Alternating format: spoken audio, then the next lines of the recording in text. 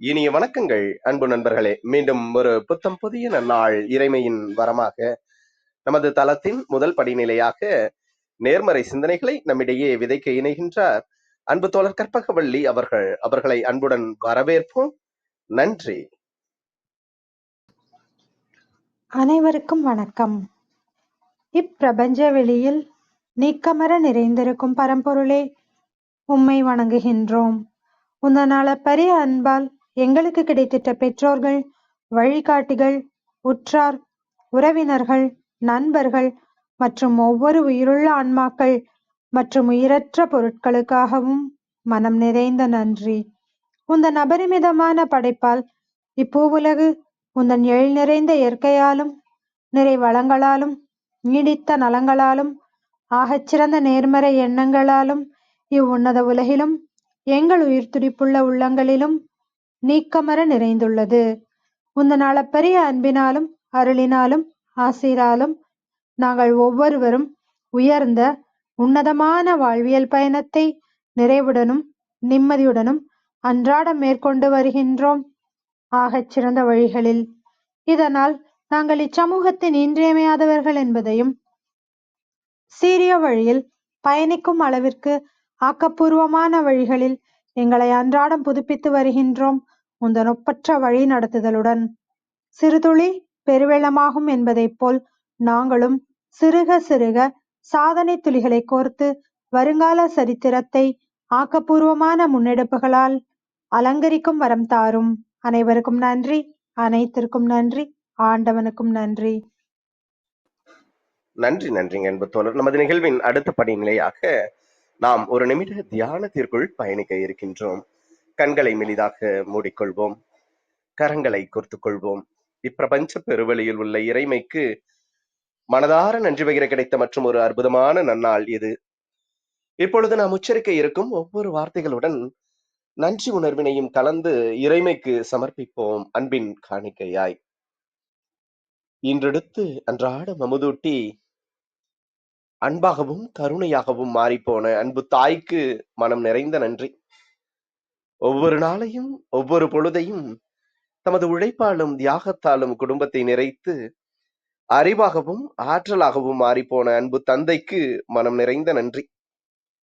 பரிசுத்தமான இயற்கையை பரிசளித்து சென்ற நம் முன்னோர்கள் ஒவ்வொருவருக்கும் மனம் நிறைந்த நன்றி.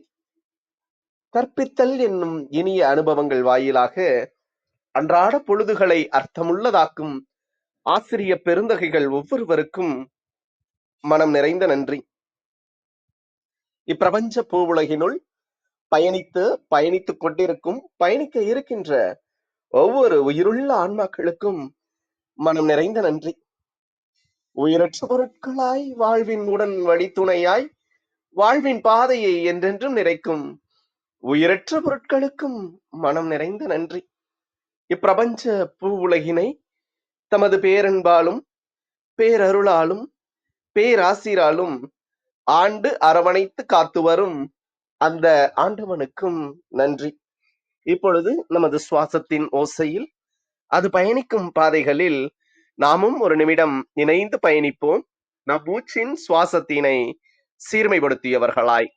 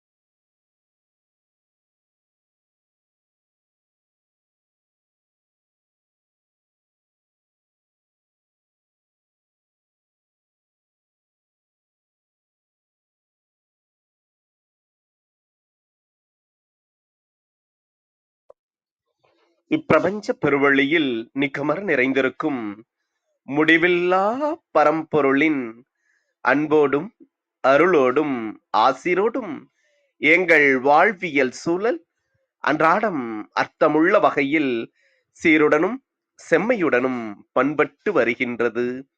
இதனால் இச்சமூகத்தின் சீரிய சிறந்த முன்மாதிரிகளாக நாங்கள் திகழ்வதோடு நில்லாமல் பல்வேறு சாதனைகளையும் அதன் வாயிலாக சரித்திரங்களையும் படைக்கும் அற்புத படைப்பாளிகளாக பரிணமிப்போம். இறைமைக்கு நன்றி. இனிய வணக்கங்கள் அன்பு நண்பர்களே. மீண்டும் ஒரு புத்தம் புதிய நன்னாள் இறைமையின் வரமாக நமது தளத்தின் 643வது நாள் நிகழ்விற்கு உங்கள் ஒவ்வொருவரையும் அன்புடன் வரவேற்பதில் பெருமகிழ்வு கொள்கின்றோம். நாங்கள் இந்த நாள் உங்களுக்கு ஆக சிறந்த நன்னாளாக அமைந்திடவும், நீங்கள் அடியெடுத்து வைக்கும் ஒவ்வொரு முயற்சிகளும் உங்களுக்கு ஆக சிறந்த வெற்றிகளை பரிசளிக்கவும் அன்பின் வாழ்த்துக்களை பகிர்ந்து கொள்வதில் பெருமகிழ்வு கொள்கின்றோம். நாங்கள் அன்பிற்கினிய நண்பர்களே, இந்த வாரம் முழுக்க நாம் மணற்கேணி என்ற ஒரு அற்புதமான தொகுப்பின் கீழ் நமது சிந்தனைகளை செழுமைப்படுத்தி வருகின்றோம். மணற்பரப்பில் ஆற்று நீருக்கு அருகில் நாம் ஊற்று நீராய் தோண்ட தோண்ட சுரக்கக்கூடிய ஊற்று என்றென்றும் சிறந்த ஒன்றாக இருப்பது போல, இந்த பிரபஞ்ச பெருவெளியில் அறிவுசார் உலகத்தில் நம்மை சூழ்ந்து நிறைய நிறைய நல்லெண்ண கருத்துக்கள் நம்மை சார்ந்து இருக்கின்றன. ஒவ்வொன்றையும் நாமும் ஊற்று நீர் போல் தோண்ட தோண்ட அறிவு சுரங்கம் நமக்குள் வற்றா இருப்பாக வளர்ந்து வருவதை நம்மால் உணர இயலும். அவ்வகையில் தமது வாழ்க்கையில் ஒவ்வொரு விடயங்களிலும் தனித்துவமாய் விளங்கி சரித்திரம் படைத்தவர்கள் சார்ந்த ஒரு தொடர் நிகழ்வின் முதல் பாகத்தினை அன்பு சகோதரர் கவிஞர் கர்டோசா அவர்கள் இன்றிலிருந்து நமது அவையில் துவக்குகின்றார்கள். முதலாவதாக இன்று கவிக்குயில் சரோஜினி நாயுடு பற்றிய பகிர்வை இன்று நம்மோடு பகிர்ந்து கொள்ள இருக்கின்றார் அன்பு சகோதரர் அவர்கள். அன்பு சகோதரர் அவர்கள் 15ற்கும் மேற்பட்ட பட்டங்களை பெற்றவர். நிறைய பல்வேறு துறைகளில் எப்பொழுதும் மணற்கேணியாக தமது அறிவை விசாலப்படுத்தி கொள்வதில் இன்றளவும் கற்றலில் இன்னும் செயல்பாடுகளில், அதுவும் நீடித்த நிலைத்த செயல்பாடுகளில் சிறப்புக்குரியவராக விளங்கி வருகின்றார். கடந்த 9 ஆண்டுகளாக 8 ஆண்டுகள் முடிந்து 9வது ஆண்டு துவக்கத்தில் இருக்கின்றார். ஒவ்வொரு நாளும் குறுந்தகவல் அதிகாலையில் அனுப்புவதை தமது வழக்கமாக்கி வருகின்றார். அதுபோல 20 ஆண்டுகள் கிட்டத்தட்ட யோகா பயிற்சியினையும் அன்றாடம் தவறாமல் செய்வதை தமது வாழ்வியலில் முக்கியமான ஒன்றாக எத்தகையதொரு சூழலிலும் தொடர்ந்து பயணித்து வருவதில் வல்லவராக இருப்பவர் அன்பு சகோதரர் அவர்கள். நீடித்த நிலைத்த செயல்பாடுகள் என்றும் நமது தனித்துவத்தை ஐடென்டிட்டி நமது தனித்துவத்தை என்றென்றும் இந்த உலகிற்கு எடுத்து செல்லக்கூடிய கருவியாக என்றென்றும் இருக்கின்றது. இத்தகையதோர் சிறப்புமிக்க ஒருவர் நம்மிடையே இணைந்து கொண்டு மாதம் ஒருவராக சரித்திரம் படைத்தவர்கள் குறித்த பார்வையினை நம்மோடு பகிர்ந்து கொள்ள இருக்கின்றார்கள். வாருங்கள், அடுத்த 50 நிமிடங்கள் அற்புதமான சிறப்புரையில் இணைவோம். நமது எளிய அழைப்பினை ஏற்று இன்றைய நிகழ்வின் சிறப்பு அழைப்பாளராக, சிறப்பு பேச்சாளராக இணைந்துள்ள கவிஞர் கர்டோசா அவர்களை சொல்லரங்க சொந்தங்களாகிய உங்கள் ஒவ்வொருவரின் சார்பிலும் சரித்திரம் படைப்போம் தலம் அவரை இந்நிகழ்விற்கு வருக வருக வருக என வரவேற்பதில் பெருமகிழ்வு கொள்கின்றது. வாருங்கள், அடுத்த 50 நிமிடங்கள் அற்புதமான சிறப்புரையில் இணைவோம். நமது வாழ்வியல் புத்தகத்தில் புத்தம் புதிதாய் இன்று மலர்ந்துள்ள புதியதோர் பக்கத்தின் அழகியதோர் அத்தியாயத்தினை சரித்திரம் படைத்தவர்கள் என்ற அற்புதமான தொடர் நிகழ்வின் வாயிலாக நமது வாழ்வியல் வழிகளை செம்மைப்படுத்துவோம். இன்னும் இன்னும் நமது வாழ்வியல் இலக்குகளை வசந்தமாக்குவோம். நன்றி. அனைவருக்கும் வணக்கம். பெற்ற தாய்க்கும் வளர்த்த தமிழுக்கும் முதல் வணக்கம். சரித்திரம் படைப்போம் குழுவினுடைய அனைத்து சொந்தங்களுக்கும், குறிப்பாக சகோதரர் ஆரோக்கிய பிரிட்டோ, சகோதரர் ராமச்சந்திரன், சகோதரி ரேவதி, சகோதரி விஜயா, சகோதரி கற்பகவள்ளி, சகோதரர் சேவியர் மற்றும் எனக்கு பெயர் மறந்துவிட்ட ஒரு சில இன்னும் இந்த தூண்களாக இருக்கிற சரித்திரம் படிப்போம் குழுவினுடைய நிர்வாகிகள், சகோதர சகோதரி அனைவருக்கும் முதற்கண் வணக்கத்தை தெரிவித்துக் கொள்கிறேன். தொடர்ந்து 643 கூட்டங்களை நடத்துவது என்பது இது இமாலய இலக்கு. இன்னும் எத்தனை கூட்டங்கள் இது செல்லும் என்பது நமக்கு தெரியாது. இயற்கையும் இறைவனும் துணை இருக்க இது தொடர்ந்து நடக்க வேண்டும் என்று நான் யாசிக்கிறேன். இன்றைய தினம் கவிக்குயில் சரோஜினி நாயுடு அவர்கள் பிறந்த நாளாக இருக்கிறது. பிப்ரவரி மாதம் 13ஆம் தேதி 1879ஆம் ஆண்டு பிறந்தவர் சரோஜினி கவிக்குயில் அவர்கள். இதே ஆண்டிலே நம்முடைய நாட்டிலே பெரும் தலைவர்கள் பிறந்திருக்கிறார்கள். 1869 தொடங்கி 1900 வரையில் பிறந்திருக்கிற அந்த சுதந்திர போராட்ட வீரர்கள், இந்திய நாட்டிற்காக உழைத்தவர்கள், இந்திய சுதந்திரத்திற்காக பாடுபட்டவர்கள், இப்படி பார்த்தோம் என்று சொன்னால் கிட்டத்தட்ட நிறைய மனிதர்களை, நல்லவர்களை நீங்கள் இனம் காண முடியும். அந்த அளவிற்கு அந்த அரை நூற்றாண்டு இந்திய சரித்திரத்தில் மிகப்பெரிய மாற்றத்தை உருவாக்குகிற மனிதர்களை பெற்றெடுத்திருக்கிறது. இன்றைக்கு நாம் பேச இருக்கிற அருமை சகோதரி, அது நமக்கெல்லாம் அவங்க வயசாயிடுச்சுன்னா எவ்வளவு பாட்டி இருப்பாங்க, இல்ல பாட்டியோட அம்மா கூட இருப்பாங்க, அந்த அளவுக்கு இருப்பாங்க. இருந்தாலும் கூட ஒரு சகோதரி என்றுதான் நாம் பார்க்கிறோம். ஏனென்றால் அந்த அளவிற்கு அவர் இந்த சமூகத்திற்கு செய்திருக்கிறார். சரோஜினி நாயுடுன்னு ஏன் சொல்றீங்க? சரோஜினி சட்டோபாத்தியாயா இல்லைன்னா சரோஜினி அவருடைய கணவர் பெயர் வைத்து சொல்லாமல் நாயுடு என்று ஏன் சொல்லுகிறீர்கள் என்றெல்லாம் சிலர் சொல்லுவார்கள். ஏனென்றால் முத்தியாலா கோவிந்தராஜுலு அவரை கூட சொல்லலாமே. இது அவர்களுக்கு இயல்பாகவே அந்த காலத்தில் ஒவ்வொருவரையும் இந்த பெயரோடு ஜாதி பெயரை இணைத்து பேசுகிற அப்படி ஒரு வழக்கத்தை இந்த நாட்டிலே அவர்கள் வைத்திருந்தார்கள். உதாரணத்துக்கு பெரியார் ராமசாமி அவர்களை எப்படி அழைப்பார்கள், ராஜகோபாலாச்சாரியார்கள் எப்படி அழைப்பார்கள், இப்படி வல்லபாய் பட்டேல் அவர்களை எப்படி, இவர்கள் எல்லாம் அவருடைய ஜாதி பெயரை அவர் இணைத்து அல்லது அவருக்கான அந்த பெயரை இணைத்துதான் பேசுவார்கள். இப்போது அது வட இந்தியாவிலே அப்படியெல்லாம் இப்போதும் அந்த பெயர் உண்டு. தமிழ்நாட்டில் அது மிக குறைவு. சரோஜினி அவர்கள் கவிக்குயில் என்று போற்றப்படுகிறார்.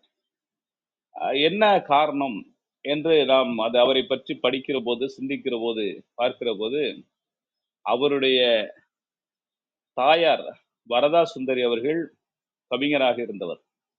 அவருடைய தந்தை மருத்துவர், ஒரு விஞ்ஞானி. ஆனால் இவருக்கு இயல்பாகவே கவிதை எப்படி வந்தது என்று அவருடைய புத்தகங்கள் எல்லாம் அவரை பற்றியெல்லாம் படிக்கிற போது தாய் வழி கவிதையிலே அவர் தாய்க்கு எப்படி கவிதை வந்ததோ அதே போல இவருக்கும் கவிதை ஊற்றெடுத்து வந்தது. மிக சிறந்த ஒரு கவிஞராக இருக்கிறார். ஆகவேதான் அவரை இந்தியாவின் நைட்டிங்கேல் என்று சொல்லி குறிப்பிடுகிறார்கள்.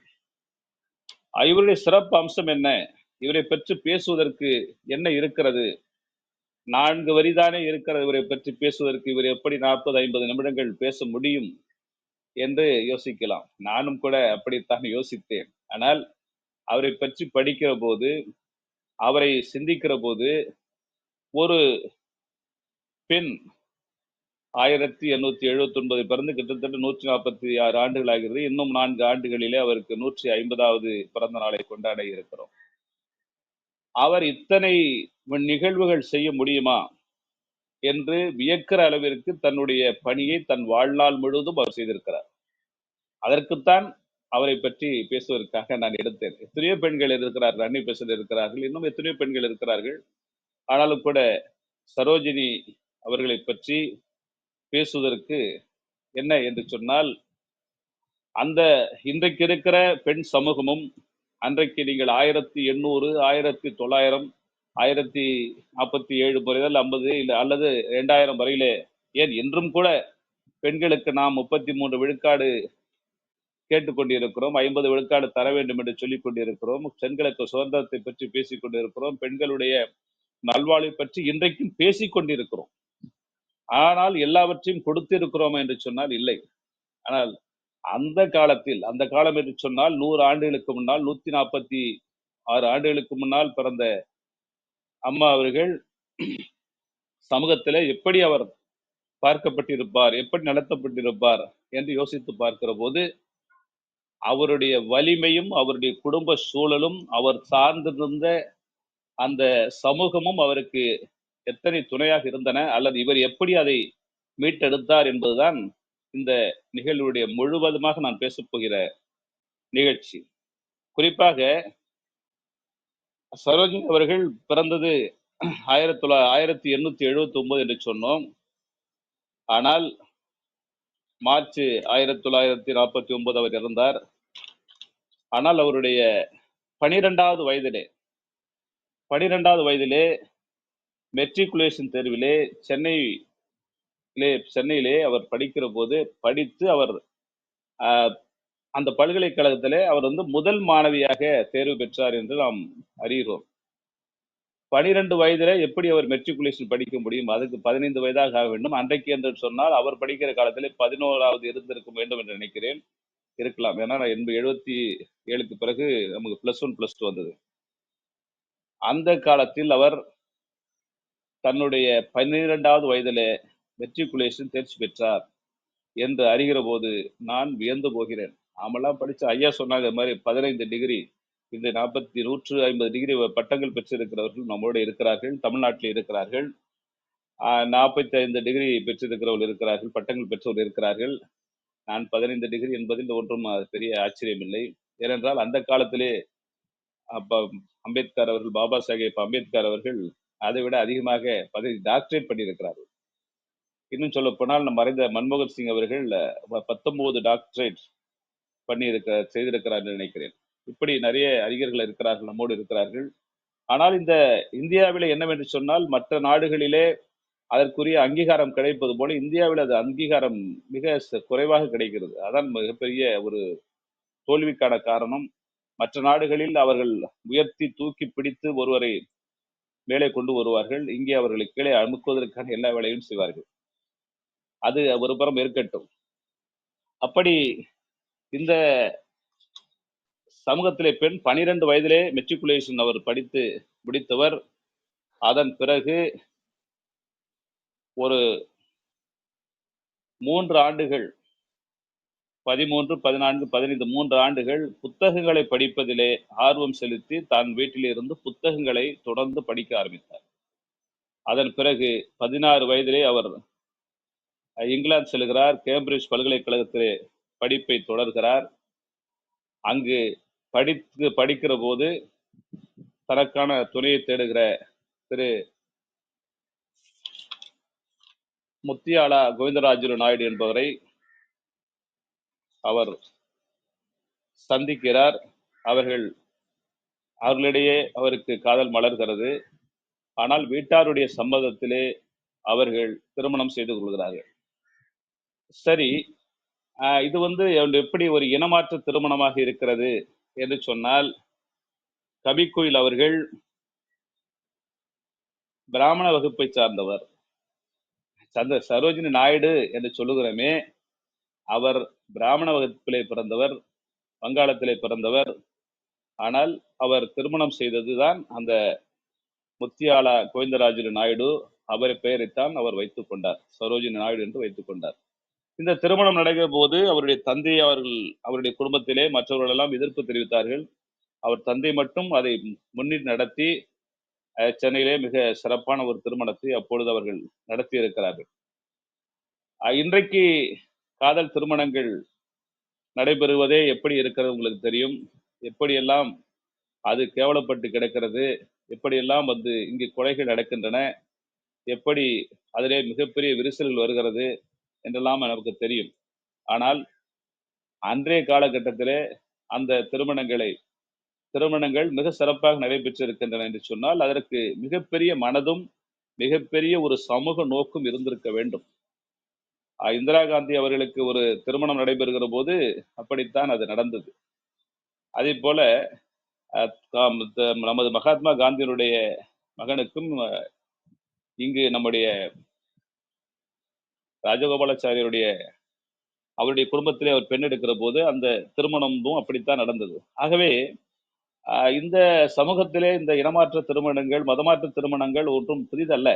ஆனால் அன்றைக்கு இருந்த காலகட்டத்திலே அது எவ்வளவு பெரிய கடினம் என்பது நீங்கள் நினைத்தால் தெரியும். இன்றைக்கு கூட நாம் இந்த மதத்தில் இருக்கிறேன், நான் கிறிஸ்தவனாக இருக்கிறேன், நான் இந்துவாக இருக்கிறேன், முகமதியாக இருக்கிறேன் என்று சொல்லி அது சார்ந்த பெண்ணை பார்ப்பதும் அதற்காக இருப்பதும், வீட்டிலே பெண்களோ ஆண்களோ ஒரு காதல் திருமணத்திற்கு ஒப்புதல் வாங்குவது என்பது மிகப்பெரிய குதிரை கொம்பாக இருக்கிறது. ஆனால் அது 1900 அந்த காலத்தில் எவ்வளவு பெரிய கஷ்டம் என்பது, துன்பம் என்பது அவர் அனுபவத்திற்குத்தான் தெரியும். ஆனால் அதை அந்த குடும்பம் ஏற்றுக்கொண்டது. அதனால்தான் அவர் தன்னுடைய குடும்ப பெயரை வைத்துக் கொள்ளாமல் தன்னுடைய கணவருடைய குடும்ப பெயரை வைத்துக் கொண்டார், சரோஜினி நாயுடு என்று. அதனால்தான் அவர் அழைக்கப்படுகிறார். இந்த 1905 அவர் காங்கிரஸிலே இணைகிறார். காங்கிரஸிலே உங்களுக்கு தெரியும், அது வேறு சப்ஜெக்டா இருந்தாலும் நான் பேசுகிறேன். அது இப்ப பேசல, இருந்தாலும் சொல்றேன். திரு கோபாலகிருஷ்ண கோகலே அவரும் அவரை சார்ந்தவர்கள் எல்லாம் மிதவாதிகளாக, பாலகங்காதர திலகர் அவர்கள் தீவிரவாதியாக நம்முடைய சுதந்திர போராட்டத்திலே போற்றப்படுகிறார்கள். இருவரும் இருவேறு துருவங்கள். ஆனால் இருவரும் சுதந்திர போராட்டத்திற்காக உழைத்தவர்கள். எப்படி இங்கு மகாத்மா காந்தி அவர்கள் அகிம்சையிலே போராடினாரோ அதே போல நேதாஜி சுபாஷ் சந்திர போஸ் ஒரு வன்மையான இயக்கத்திலே எடுத்து புரட்சியிலே நம்ம சுதந்திரத்தை பெற்றுவிடலாம் என்று சொல்லி அவரும் போராடினார். அவர் போராடினார் என்று சொன்னால் அவருடைய போராட்டம் களம் வேறு, இவருடைய களம் வேறு, அவருடைய தளம் வேறு, இவருடைய தளம் வேறு. ஆனால் இலக்கு என்பது இந்தியாவிற்கு சுதந்திரம் கிடைக்க வேண்டும் என்பதுதான். ஆகவே அந்த இலக்கிலே சரோஜினி அம்மா அவர்கள் காந்தியனுடைய சார்பிலே அவருடைய மிதவாத இயக்கத்தில் இருந்தார். திரு கோகலே அவர்கள், தாகூர் அவர்கள், மகாத்மா காந்தி அவர்கள் எல்லாம் இவர்களெல்லாம் ஒரு அகிம்சையிலே சுதந்திர போராட்டத்தை வென்றெடுக்க வேண்டும் என்று அவர்கள் போராடினார்கள். அந்த போராட்டத்திற்கு அதற்கான ஆதரவும் அவர் கிடைத்தது. அதற்கு நாம் என்ன பலனை பெற்றோம் என்பதும் உங்களுக்கு தெரியும். அது மட்டுமல்லாமல் இவர் 1905 காங்கிரஸில் இணைந்தார். 10 ஆண்டுகள் அங்கு சிறப்பான பணியினை செய்தார். சாதாரண பணி அல்ல. உங்களுக்கு தெரியும், அன்றைக்கு எங்கெல்லாம் மாநாடு நடக்கிறதோ, எங்கெல்லாம் போராட்டங்கள் நடைபெறுகிறதோ, எங்கெல்லாம் மக்களுக்கான சேவை தேவையோ அங்கெல்லாம் சென்று பணி செய்கிற அந்த வாய்ப்பை ஒரு பெண்ணாக பெற்றார். ஒரு ஏன் பெண்ணு சொன்னா அவனை பெண் என்று இலக்காரமா என்று சொன்ன அதை சொல்லவில்லை. நான் என்றைக்குமே நான் பெண்களை ஒரு குறைத்து மதிப்பிடுவதே இல்லை. ஆனால் அந்த காலகட்டத்தில் அவர்கள் எப்படி அதை வென்றெடுத்து வந்திருப்பார்கள், எப்படி அதை போராடி தன் மேலே வந்திருப்பார்கள் என்பதற்காக அதை சொன்னேன், அதை சொல்லுகிறேன், வேறு ஒன்றும் இல்லை. அதன் பிறகு 1915, 16, 17, 18 ஆண்டுகளில் நாட்டின் பல்வேறு பகுதிகளில் அவர் பயணம் செய்திருக்கிறார். உங்களுக்கு தெரியும், ஒரு பயணம் செய்வது என்பதும் ஒரு நாட்டிலிருந்து நம்முடைய நாட்டில் அன்றைக்கு இருந்த சூழலில் எப்படி பயணம் செய்ய முடியும், அன்றைக்கு எப்படி அவர் சேர்ந்திருப்பார் என்று சொன்னால், இந்த நாட்டினுடைய சமூக நலன், பெண்களுக்கு அதிகாரம் அளித்தல், தேசியவாதம், பெண்களின் உரிமை, இது போன்ற இன்னும் உப்பு சத்தியாகிரகம் என்று போன்ற பல போராட்டங்கள், ரவுலட் சட்டத்தை எதிர்த்து போராட்டம் இருக்கிறது, இன்னும் பல சட்ட போராட்டங்கள், வெளியேற போராட்டம் இருக்கிறது. எல்லா போராட்டத்திலும் கலந்து கொண்டார். ஆனால் அவர் சமூக நிலையிலே அக்கறை கொண்டிருந்தார். சமூக நிலை என்று சொன்னால் அன்றைக்கு இருந்த சமூகம் எப்படி இருந்தது, அந்த சமூகத்திற்கு என்ன மாற்றங்களை செய்ய வேண்டும், அந்த சமூகத்தில் எப்படி ஒரு மக்களை ஊக்குவிக்க வேண்டும், எப்படி அவர்களை சுதந்திர போராட்டத்திலே முன்னே கொண்டு வர வேண்டும் என்ற அந்த தாக்கத்தோடு, சமூக நலத்தோடு, அவர் சமூகத்திற்கு செய்ய வேண்டிய அந்த ஏற்றத்தாழ்வை போக்க வேண்டிய நிகழ்வுக்கெல்லாம் துணை நின்று அதற்காக பாடுபட்டு கொண்டிருந்தார். நிறைய தலைவர்களை பற்றி பேசுகிற போது ஏன் இவரை சரோஜினி நாயுடு அவர்களை பற்றி உயர்த்தி பேசுகிறோம் என்று சொன்னால், அன்றைக்கே பெண்களுக்கு அதிகாரம் அளித்தல் என்பதிலே அவர் தீவிரமாக இருந்தார். பெண்கள் இந்த சமூகத்திலே ஒரு ஆடுகளாக, மாடுகளாக, ஒரு விலங்குகளாக, ஒரு மூன்றாம் தர குடிமக்களாக அவர் இருக்கிறார்களே, அவர்களை மனிதர்களாக நீங்கள் மதிக்கவில்லை என்ற ஒரு ஆதங்கம் அந்த கவிஞரிடத்திலே இருந்தது. அது மட்டுமல்ல, அதை அவர் உடைத்தெறிய வேண்டும், துடைத்தெறிய வேண்டும் என்று பாடுபட்டார்.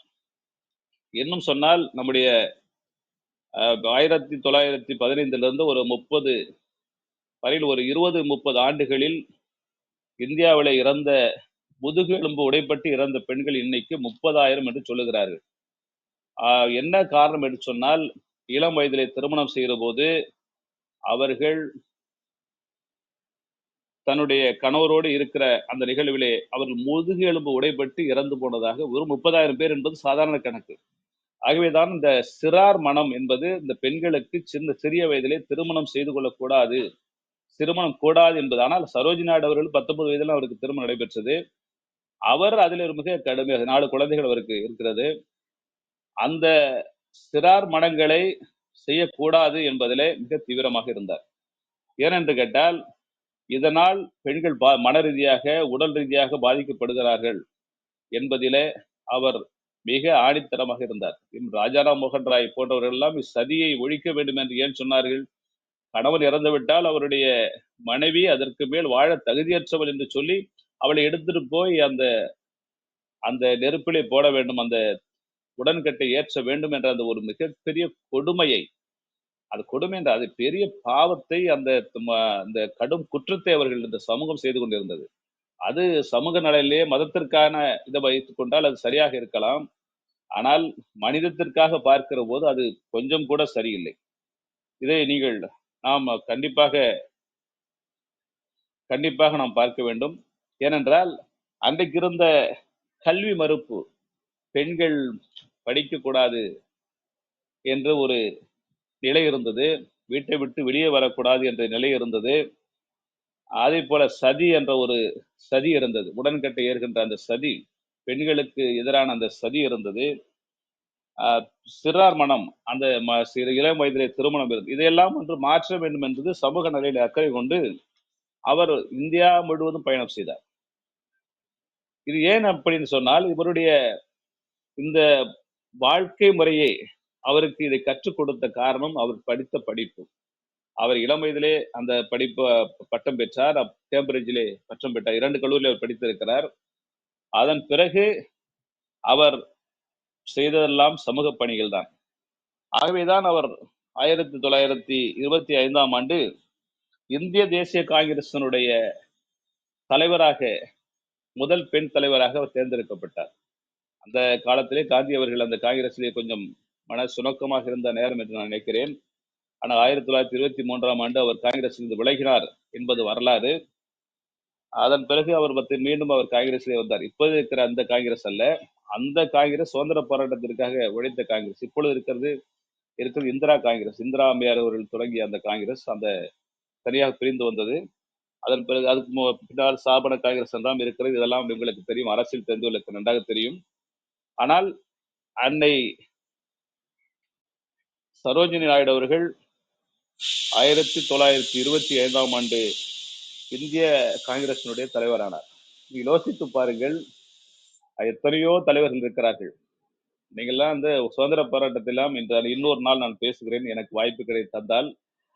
சுதந்திர போராட்டத்திலே எப்படி அவர் நம்ம எல்லாம் இந்த வ.உ.சி எப்படி இருந்தார், அவர் ஒவ்வொரு தலைவர்களும் எப்படியெல்லாம் இருந்தார்கள், எத்தனை பேர் சட்ட படித்தவர்கள், நேரு சட்டம் படித்தவர், இன்னும் ராஜகோபாலாச்சாரி சட்டம் படித்தவர், அம்பேத்கர் சட்டம் படித்தவர், மகாத்மா காந்தி சட்டம் படித்தவர், இப்படி நிறைய சட்டம் படித்த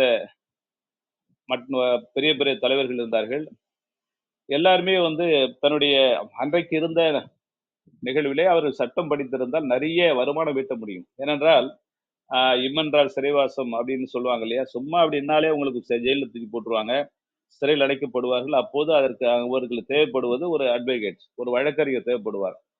அது தேவைப்படுகிற போது அவர்களுக்கெல்லாம் அந்த தொகை, அந்த கொடுக்கக்கூடிய அந்த ஃபீஸ் சொல்றாங்களே, அது மிக அதிகமாக கொடுக்கப்பட வேண்டும்.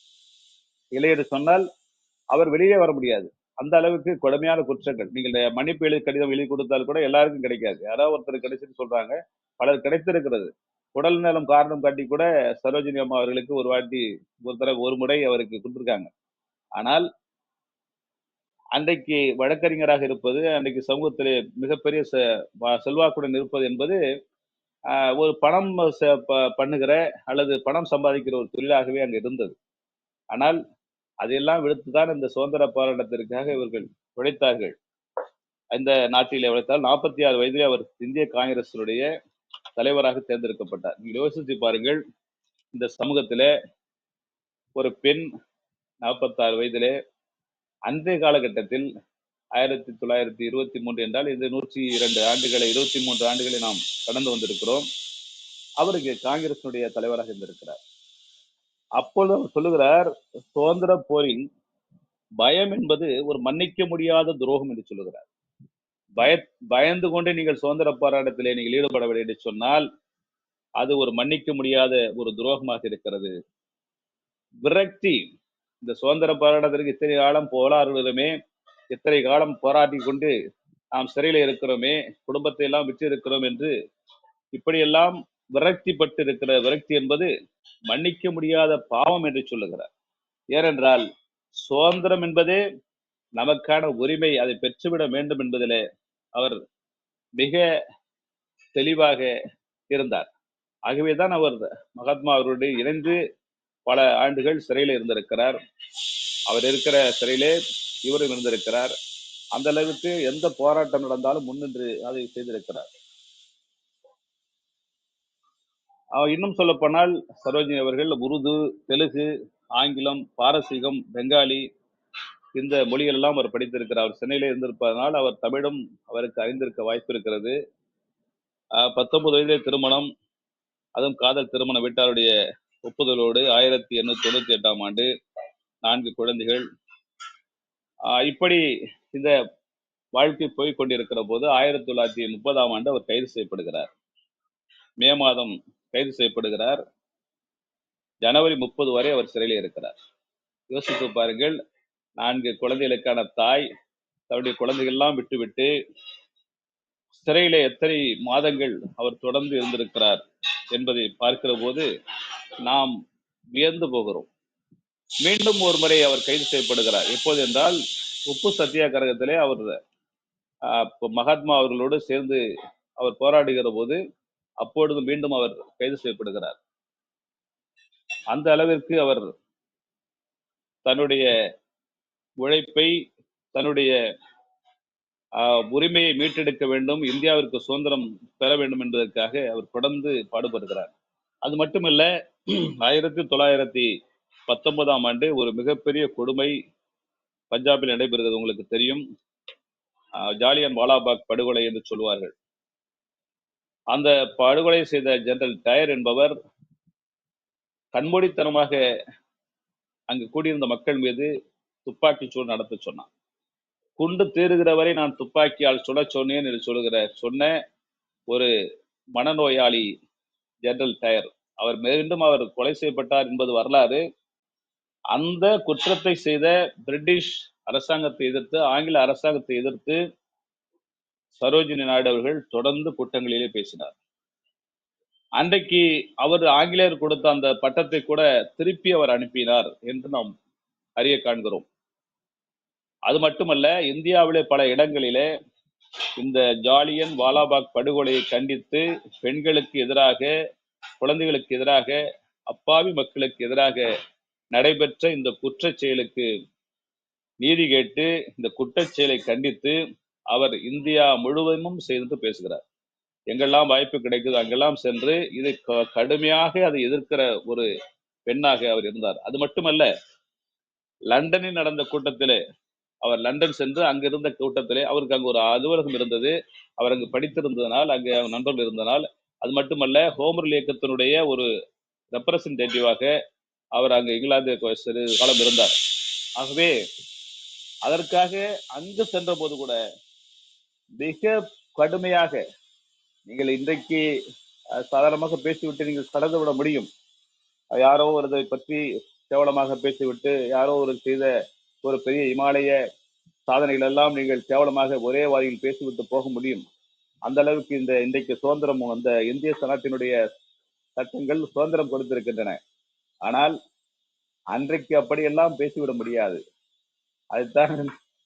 அதுதான் பாரதி மிக அழகாக சொல்லுவான், என்ன சாதாரணமா மூச்சு விட்டா கூட நம்ம வந்து செல்ல போட்டுருவாங்கப்பா, அப்படி இருக்குது இந்த நாட்டில் அப்படின்னு சொல்லுவான். அது போல இம் என்றால் சிறைவாசம், ஏனென்றால் வனவாசம், இது மாதிரி நிறைய கொடுமைகள் என்று நடந்தன. ஆனால் இந்த சரோஜினி அம்மையார் அவர்கள் இங்கிலாந்து நடைபெற்ற கூட்டத்திலே அங்கு தீப்புலம்பாக பேசினார் என்று அந்த பத்திரிகைகள் எழுதுகின்றன. அந்த அளவுக்கு மிக கடுமையாக அவன் நாட்டிலே சென்று அங்கேயே கடுமையாக அவர் பேசியிருக்கிறார் என்று சொன்னால் அவருடைய தீவிரத்தை, அந்த பெண்ணுடைய இரும்பு ஆதிக்கம், அதோ என்ன சொல்றது, இரும்பு மனிதர் சொல்றாங்களா, அது மாதிரி எப்படி நம்ம வல்லபாய் படையில வந்து இரும்பு மனிதர் சொல்லுகிறோம், அம்மையார் இந்திரா காந்தி அவர்களை இரும்பு பெண்மணி என்று சொல்லுவோம். அதே போல அன்றைக்கு இருந்த ஒரு இரும்பு பெண்மணியாக சரோஜினி அம்மா இருந்தாங்க. சாதாரண விஷயம் இல்லை. அந்த கூட்டத்தில் பேசி கொண்டிருக்கிற போது அந்த ஜெனரல் டயர் என்பவரை நாராக கிழித்தெடுத்தார் என்று சொல்லி எழுதுகிறார்கள். அப்பொழுது பேசுகின்ற போதே, அவரை பேசுகிற போது வெட்கம் வெட்கம் என்று சொல்லி, ஷேம் ஷேம் என்று சொல்லி அந்த கூட்டம் மிக கடுமையான குரலை கொடுக்கிறது. அந்த அளவிற்கு அவர் தன்னுடைய பேச்சை மிக கடுமையாக அவர் விமர்சனம் செய்தார், அந்த அரசை விமர்சனம் செய்தார். அதனால்தான் வேல்ஸ் இளவரசர் இந்தியாவுக்கு வருகிற போது இந்த நிகழ்வுக்காக மன்னிப்பு கேட்டார். இந்த நிகழ்வுக்காக இப்படி ஒரு கொடுமை நடந்து விட்டது என்பதற்காக. ஆனால் இவன் ஜெனரல் டயர் அதை பற்றி கொஞ்சம் கூட கவலைப்படவில்லை. ஏனென்று கேட்டால், நான் கடமையை செய்தேன், என்னுடைய பணியை செய்தேன் என்று சொல்லி சொன்னார். ஆனால் அது கடமையா பணியா என்பதை விட ஒரு மனிதநேயமிக்க செயல் அல்ல, ஒரு கொடும் செயல் என்பதை சரித்திரம் சொல்லுகிறது, இன்றைக்கும் சொல்லுகிறது. இதன் பிறகு அவர் 1930ஆம் ஆண்டு கைது செய்யப்படுகிறார். 31ஆம் ஆண்டு 2வது வட்டமேஜை மாநாட்டிலே மகாத்மா அவர்களோடு கலந்து கொள்கிறார்.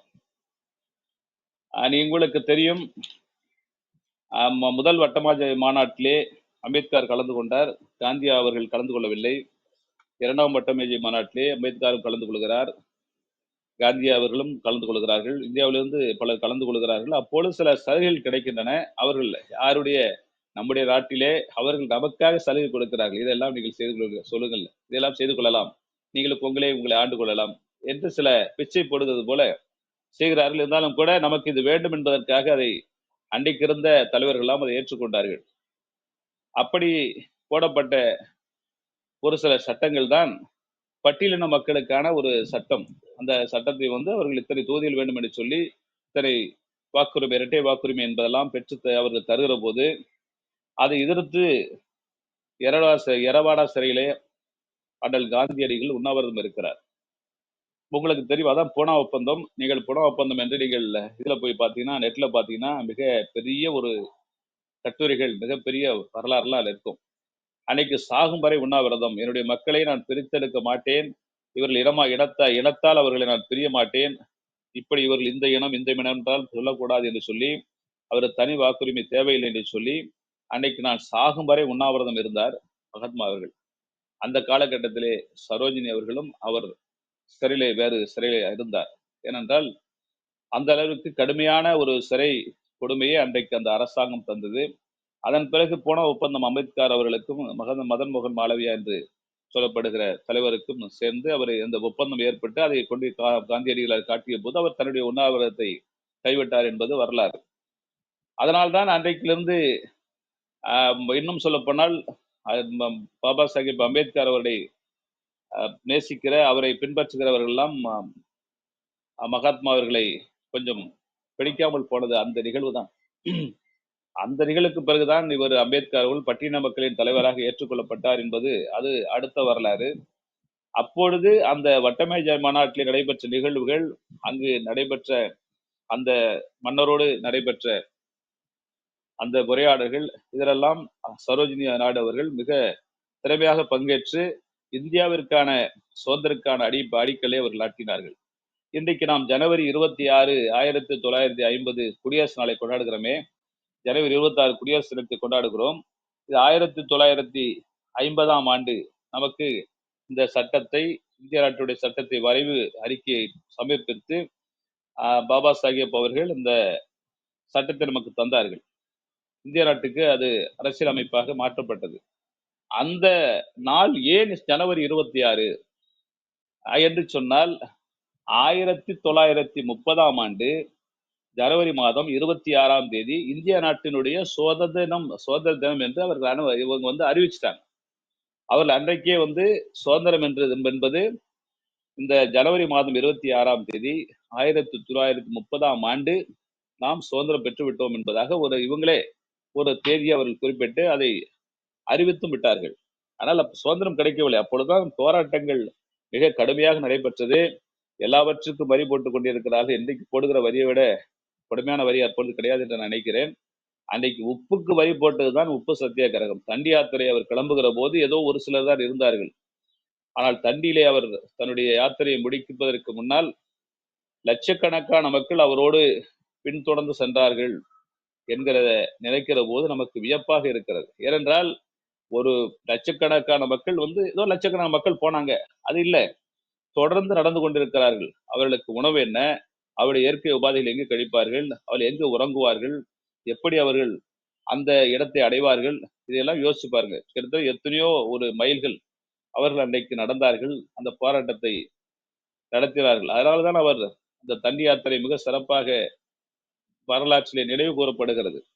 அந்த தண்டி யாத்திரையில அன்னை சோனியா காந்தி மன்னிக்கவும் சரோஜினி நாயுடு அவர்கள் மிக சிறப்பான ஒரு முன்னெடுப்பை நடத்தினார்கள். தன்னுடைய அந்த போராட்டத்தை முன்னெடுத்து நடத்தினால் அவர் சிறை கொட்டடியிலே அடைக்கப்பட்டார். அந்த அளவிற்கு தன்னுடைய போராட்டத்தை, சுதந்திர போராட்டத்தை தன்னை வலிமையாக அவர் எடுத்து சென்றார் என்கிற ஒரு வரலாற்றை பார்க்கிறோம். அது மட்டுமல்ல, 1942ஆம் ஆண்டு வெள்ளையனே வெளியேறு இயக்கத்திலே கூட அவர் போராட்டத்தில் ஈடுபட்டார். மிக கடுமையாக போராடி அன்றைக்கும் அவர் சிறை சென்றார் என்று பார்க்கிறோம். கிட்டத்தட்ட சில நேரங்களில் 21 மாதங்கள் கூட அவர் சிறையில் இருந்ததாக கேள்விப்படுகிறோம். ஆனால் அது மட்டுமல்ல, அவர் ஒரு கவிஞராக இருந்த காரணத்தினால் சிறையிலே பூஞ்செடிகள் வைத்து பூக்களை நட்டு அந்த பூக்களுக்கு அவர் தண்ணீர் ஊற்றி அது பூக்கள் மலர்கிற போது அதை பார்த்து ரசிக்கிற ஒரு பெண்ணாக அவர் இருந்திருக்கிறார். இது வந்து ரொம்ப நம்ம வந்து நினைச்சு பாருங்க. நம்ம வந்து ஒரு சிறையில இருக்கிறோம். சிறையில் இருக்கிற போது எவ்வளவு கொடுமையான ஒரு நிகழ்வுன்னு தெரியும். அங்க என்ன இவங்களுக்கு என்ன என்ன ஒரு அவங்களை எப்படி அவர்கள் அந்த ட்ரீட்மெண்ட் சொல்லுவாங்களே, எப்படி அவங்களை வந்து அவங்க நடத்துவாங்க, மிக கொடுமையாகத்தான் நடத்துவார்கள். ஏன்னா செக்கிலுக்கு வச்சது நம்ம சிதம்பரத்தை செக்குலுக்கு வைத்தார்கள், அதே போல அவர்கள் ஏதோ ஒரு கொடுமையாகத்தான் நடத்தியிருப்பார்கள். ஆனாலும் கூட அந்த அம்மையார் அவர்கள் தன்னுடைய இயற்கை மேல் வைத்திருக்கிற காதலால், தான் கவிஞர் என்பதால் அந்த பூச்செடிகளாம் நட்டு அந்த மலர்கள் மலர்வதை பார்த்து ரசித்திருக்கிறார். காந்தி அவர்கள் மிக கிண்டலாக அவர் சொல்லுவாராம், அந்த மிக்கி மவுஸ்க்கு என்னையா பண்ணுதுன்னு கேட்பார் அவர் காந்தி. அந்த அளவுக்கு அவர் செல்ல பெயரிட்டு அழைக்கிற அளவுக்கு ஒரு சகோதரியாக, ஒரு மகளாக அவரை பாவித்தார். என்னன்னா அவர் 67, 79, 10 வயது மூத்தவர் மகாத்மா அவர்கள். ஆகவே அந்த ஒரு சகோதரியோட பாசத்தோடு அவர் மிக கண்ணியமாக நடத்தியிருக்கிறார். அந்த உறவு நீங்க பாத்தீங்கன்னா, இன்னைக்கு கூட நம்ம சகோதரின்னு சொல்லுகிறோமே, நம்முடைய இருக்கிற நம்ம விஜயா அம்மா, மஞ்சு அம்மா, ரேவதி அம்மா, இவங்கெல்லாம் பத்தி, கற்பகவல்லி அம்மா, இவங்கெல்லாம் பத்தி அவர்கள் வயதிலே முன்ன பின்ன இருந்தாலும் கூட அவர்களை பார்த்து நம்ம சொல்றாருல, இப்ப பிரிட்டோ சகோதரி சொல்றாருல, சகோதரிகளை நீ சொல்றாரு, அம்மான்னு சொல்றாரு. அது போல இந்த சகோதர பாசம் என்பது உடன் பிறந்தால் மட்டுமே வருமா என்று சொன்னால் இல்லை, அது உடன் பிறமாமலும் வரும். அதான் வந்து சகோதரிக்கு அந்த நட்பும் பாசமும் வந்து அப்படித்தான். அந்த அளவிற்கு அவர் அந்த இயற்கையை நேசித்த ஒரு பெண்ணாக இருந்ததனால், காந்தியும் ஒரு நகைச்சுவையாளர் தான். அவர் போராட்ட வீரராக இருந்தாலும் கூட அவர் கொஞ்சம் நகைச்சுவையாளர். அவர் நல்ல ஒரு, உங்களுக்கு தெரியும், மிகப்பெரிய ஒரு நகைச்சுவை உள்ள மனிதர். ஆகவே தான் அவர் அது சொல்லுப்பார், நகைச்சுவைனா நான் செத்தே போயிருப்பேன், எப்பயே செத்துருப்பேன்னு சொல்லுவாரு. ஆகவே இந்த அம்மா என்னன்னாக்க, கொஞ்ச நாள் அந்த ஆங்கில அரசினுடைய கொடுமையில சிறையில் இருந்தபோது அவர் விடுதலை செய்ய வேண்டும் என்று சொல்லுகிறார். அப்பொழுது அவர் நட்டு வைத்த ஒரு பூஞ்செடி இன்னும் சில நாளிலே பூத்துவிடும். ஆகவே எனக்கு கொஞ்சம் காலம் தாருங்கள், இதை அனுமதி தாருங்கள், நானும் இன்னும் சிறிது நாட்கள் நான் சிறையில் இருக்கிறேன், இந்த பூக்கள் எல்லாம் பூத்த பிறகு நான் பார்த்துவிட்டு செல்கிறேன் என்று சொன்னார். நீங்கள் யோசித்து பாருங்கள், நடைபெறுகிறது இந்திய சுதந்திர போராட்டம், இருப்பது சிறை. ஆனால் அங்கும் கூட அந்த பெண்மணி தன்னுடைய தான் நட்டு வைத்த அந்த செடி, அது குழந்தை போல, அது மலர வேண்டும், அந்த பூக்கள் மலர்ந்த பிறகு பார்த்துவிட்டு செல்லு என்று சொன்னார். அது ஆங்கிலேய அரசாங்கம் அதற்கு அனுமதி கொடுத்தது. அவர் இன்னும் சில காலம் சிறையில இருந்து அந்த பூக்கள் எல்லாம் பூத்த பிறகு அதை பார்த்து விட்டுத்தான் அவர் வெளியே வந்தார். இது நம்ம இதுல வந்து சாதாரணமாக, இது சாதாரண மனிதர்களுக்கு சாத்தியமே இல்லை. ஆனால் இது போன்ற பெரிய மனிதர்கள், சிறந்த மனிதர்கள், நீங்கள் எல்லாம் சிறந்த ஆளுமைகள், பிரிட்டோ சவர் சொல்கிற போது சிறந்த ஆளுமைகள் என்று சொல்லுவாரே, அதை போன்ற சிறந்த ஆளுமைக்குத்தான் இவையெல்லாம் நடைபெறும். அதே போல அவர் தன்னுடைய வாழ்நாள், ஏன் அவரை வந்து நம்ம கவிக்குயில் சொல்றோம்னு சொன்னா, நிறைய புத்தகங்கள் எழுதியிருக்கிறார். 1905ஆம் ஆண்டு golden threshold, the fort of time, 1912ஆம் ஆண்டு the broken wing, feast of youth என்று சொல்லி, தி ட்ரெஷரி ஆஃப் த போபஸ் அப்படின்னு இப்படி நிறைய ஒரு கவிதை புத்தகங்களை அவர் எழுதியிருக்கிறார். அவர் இறந்த பிறகு அவருடைய மகள் அவருடைய ஒரு புத்தகங்களை, அவர் நினைவுகளை வைத்து ஒரு புத்தகம் எழுதியிருக்கிறார், அது பதிப்பித்திருக்கிறார். ஆகவே நிறைய கவிதைகள், ஏன்னா தாகூர் அவர் இருந்திருக்கிறார், மகாத்மாவோடு இருந்திருக்கிறார். ஆகவே கவிதைகளை, இயற்கையை நேசிக்கிற ஒரு பெண்ணாக இந்தியா முழுவதும் பயணம் செய்த ஒரு பெண் அவர்.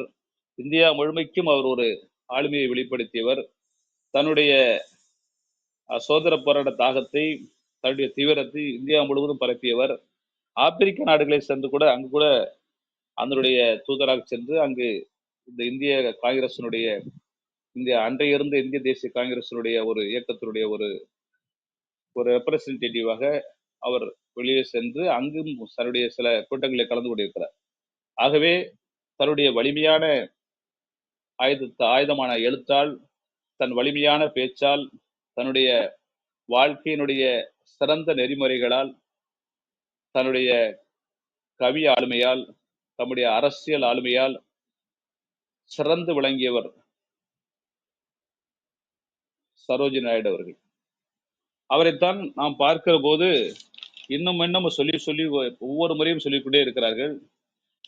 இந்த இயற்கையை நேசிக்கிற மனிதர்கள், மனிதர்களை நேசிக்கிற மனிதர்கள், மனிதர்களை மனிதர்களாக மதிக்கிற மனிதர்கள், விலங்குகளை மதிக்கிற மனிதர்கள், இவர்கள் எல்லாம் சமூகத்திலே மிக பெரிய ஒரு மனிதர்களாக போற்றப்படுவார்கள். இன்றைக்கு கூட நாம் சில மனிதர்களை படிக்கிற போது, இவர் இயற்கையை நேசித்தார், இவர் இயற்கையிலே இவர் இந்த இயற்கைக்காக இவர் செய்தார் என்று படிக்கிற போது நாம் ஏன் வியந்து போகிறோம்? அதற்கு எதிராக மக்கள் இருக்கிறார்கள், அல்லது எதிராக சிலர் இருக்கிறார்கள். ஆகவேதான் அதை பற்றி நாம் பேசுகிறோம்.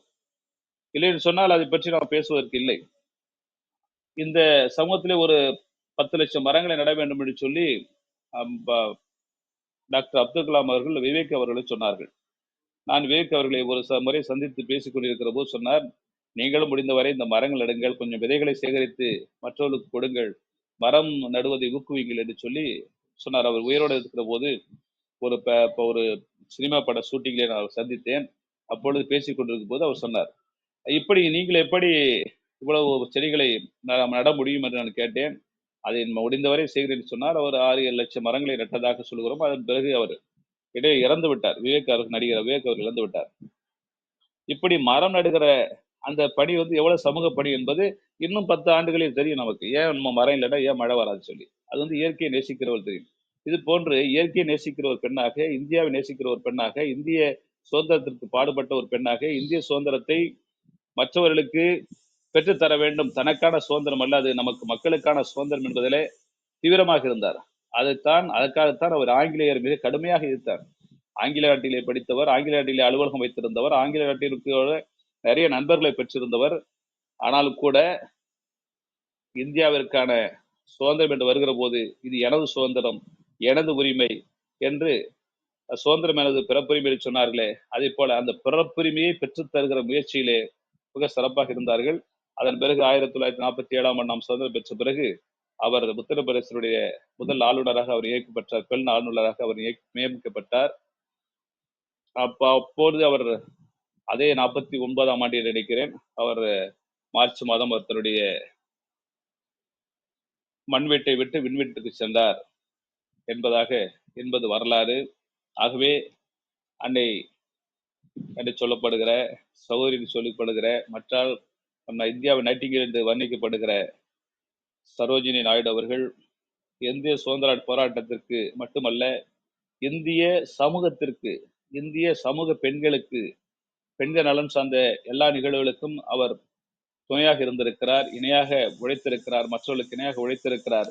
அந்த பெண்மணி பிறந்த நாளே அவருக்கு நாம் பிறந்தநாள் வாழ்த்துக்களை சொல்லுகிறோம். வாய்ப்புக்கு நன்றி. விடைபெறுகிறேன். மீண்டும் சந்திப்போம்.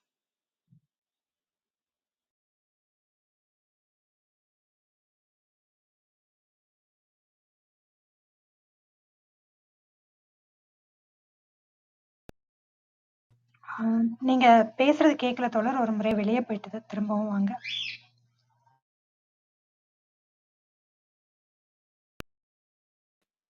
அம்மா நான் முடிச்சுட்டேன். நான் ஐயா உங்கள் குரல் இல்ல, பிரிட்டோ அவர்கள் பேசுறாருன்னு நினைக்கிறேன். மைக் அன்மியூட்ல இருக்க மாதிரி இருக்கா, நான் அவர் பேசுறது கேட்கல.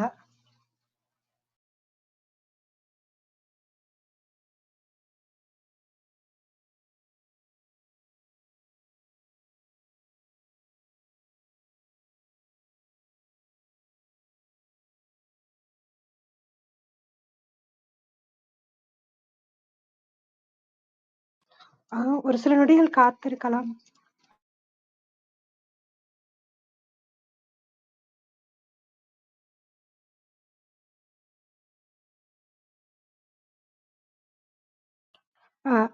மிக்க நன்றி கவிஞர் கர்டோசா அவர்களுக்கு, மனமார்ந்த நன்றி. நம்ம நிறைய கேள்விப்பட்டிருப்போம் கவிக்குயில் சரோஜினி நாயுடு அவர்களை பத்தி. ஆனா முழுக்க அவங்க வாழ்க்கை வரலாறு நம்ம பார்த்திருப்போமா அப்படின்னு தெரியாது. ஓரிரு தகவல்கள் நமக்கு தெரிஞ்சிருக்கும். இன்றைக்கு அவர்களை பற்றி நம்ம முழுதாக தெரிந்து கொள்வதற்கான ஒரு வாய்ப்பு. அத்தோடு இன்றிலிருந்து சரித்திரம் படைத்தவர்கள் அப்படிங்கிற ஒரு தொடர் நிகழ்வையும் நம்ம முன்னெடுத்திருக்கோம். அதுவும் ரொம்ப மகிழ்ச்சியா இருக்கு. இந்த முதல் நிகழ்ச்சியை ரொம்ப சிறப்பாக கவிக்குயில் சரோஜினி நாயுடு அவர்களை பற்றி இருந்தது அப்படிங்கிறது மிகவும் சிறப்பு. நம்ம ஒரு சில கருத்துக்கள் கவிஞர் பகிர்ந்துகிட்டதுல இருந்து நம்ம பார்க்கலாம். கவிக்குயில் சரோஜினி நாயுடு அவங்க நைட்டிங்கேல் ஆஃப் இந்தியா அப்படின்னு நம்ம சொல்றோம். அவர்கள் 1879ஆம் ஆண்டு பிறந்திருக்காங்க.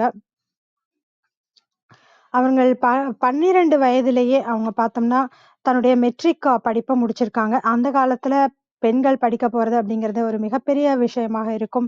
இன்றைக்கும் 150 வருடங்களுக்கு முன்னால் அப்படிங்கும்போது படிக்கிறது அப்படிங்கிறது எவ்வளவு கஷ்டமான விஷயம், அதுவும் மெட்ரிகுலேஷன்ல படிக்கிறதுங்கும் போது அந்த வயசுலயே அவங்க தன்னுடைய மெட்ரிக் படிப்பை முடித்தது அப்படின்றதும் 12 வயதுல முடித்தது ஒரு மிகப்பெரிய ஒரு சாதனையாக பார்க்கப்படுகிறது. இன்றைக்கு நிறைய பேர் டாக்டரேட் வாங்குறாங்க, பல டாக்டரேட்ஸ் வாங்குறாங்க.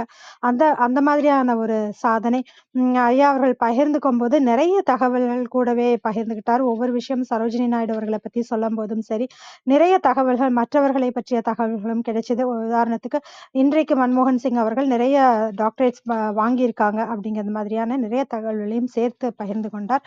அவங்க 19 வயதிலேயே காதல் திருமணம் பண்ணிக்கிட்டாங்க. அவர்கள் ஒரு பிராமண வகுப்பை சேர்ந்தவர்களாக இருந்தாலும் அவருடைய கணவர் வேற்று மதத்தை இனத்தை சேர்ந்தவராக இருந்தாலும் அந்த காலத்திலேயே மிகவும் சிறப்பாக திருமணம் அப்படிங்கிறது நடைபெற்றது. இன்றைய காலகட்டத்தில் கூட அது ரொம்ப சிரமமான ஒரு சூழ்நிலையில் அன்றைக்கு மிக சிறப்பாக அவருடைய திருமணம் நடைபெற்றது. ஒரு நல்ல அமைதியான திருமண வாழ்க்கையும் இருந்தது. 4 குழந்தைகளோடு இருந்தார். அந்த குழந்தைகளையும் விட்டுட்டு தான் அவர் சிறைக்கெல்லாம் போகக்கூடிய ஒரு சூழ்நிலை இருந்தது. அவர் 1905ஆம் ஆண்டு காங்கிரஸ்ல இணையறாரு. 10 ஆண்டுகள் காங்கிரஸ்ல அவங்க தொடர்ந்து பயணிக்கிறாங்க. பல்வேறு பயணங்கள், பல இடங்களுக்கு அவங்க பயணிக்கிறாங்க. பயணித்து இந்த காங்கிரஸ் கொள்கைகள் கொண்டு போறது, இந்த மாதிரியான விஷயங்கள் செய்றாங்க. மேலும் 30,000 பெண்கள் எப்படி சிறு வயதுல திருமணம் பண்ணி, அந்த திருமண உறவினால் இறந்து போகிறார்கள், முதுகெலும்பு உடைந்து. அதனால இந்த மாதிரியான குழந்தை திருமணங்களை நிறுத்த வேண்டும் அப்படிங்கிறதோடவும் சரி, இந்த சதி போன்ற பெண்களுக்கு எதிரான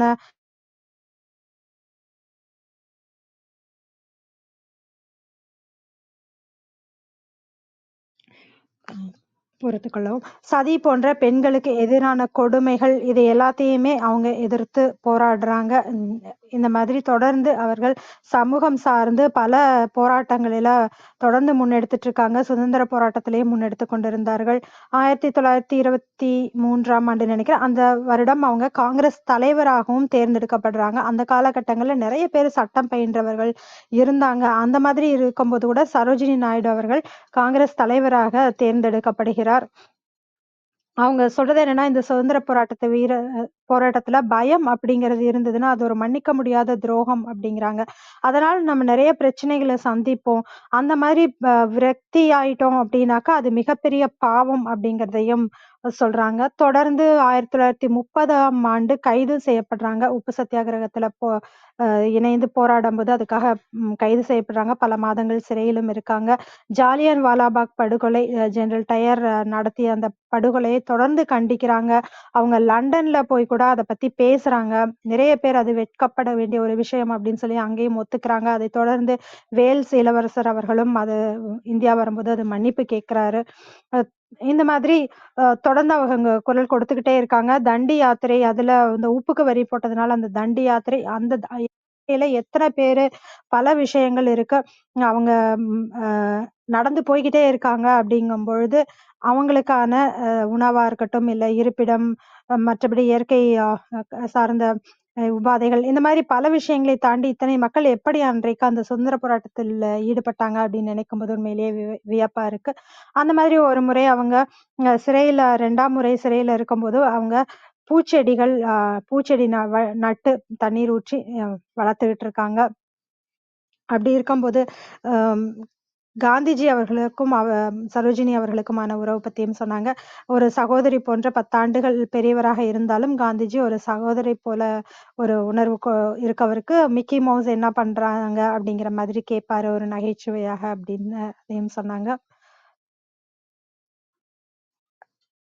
சரோஜினி நாயுடு அவர்கள் பல புத்தகங்களும் அவங்க எழுதியிருக்காங்க.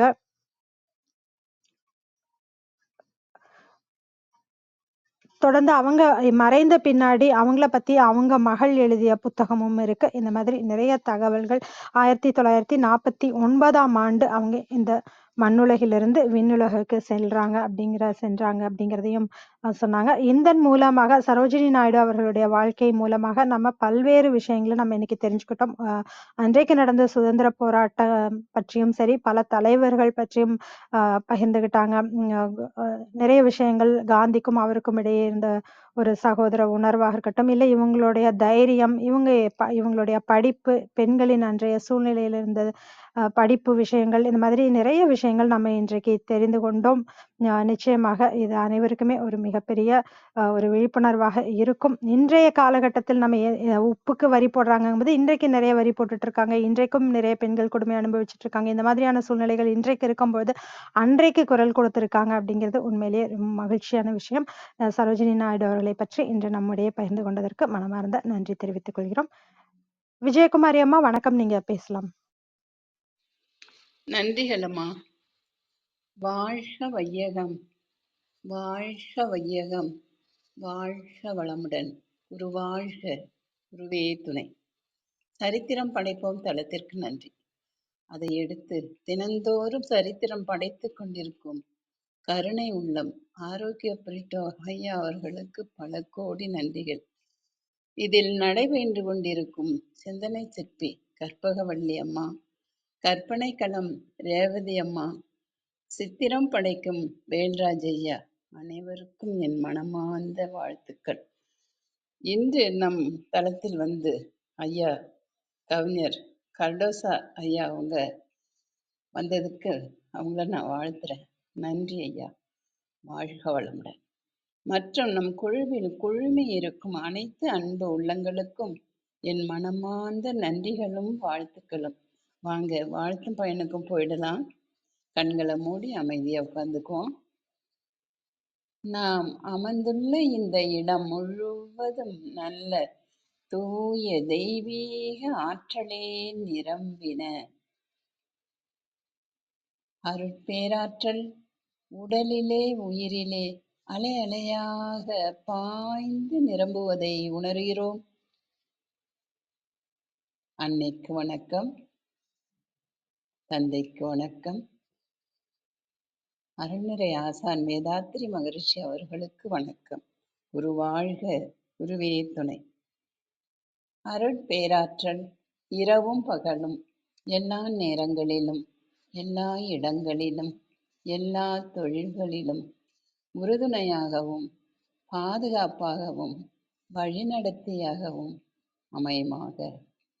வாழ்க வளமுடன், வாழ்க வளமுடன், வாழ்க வளமுடன்.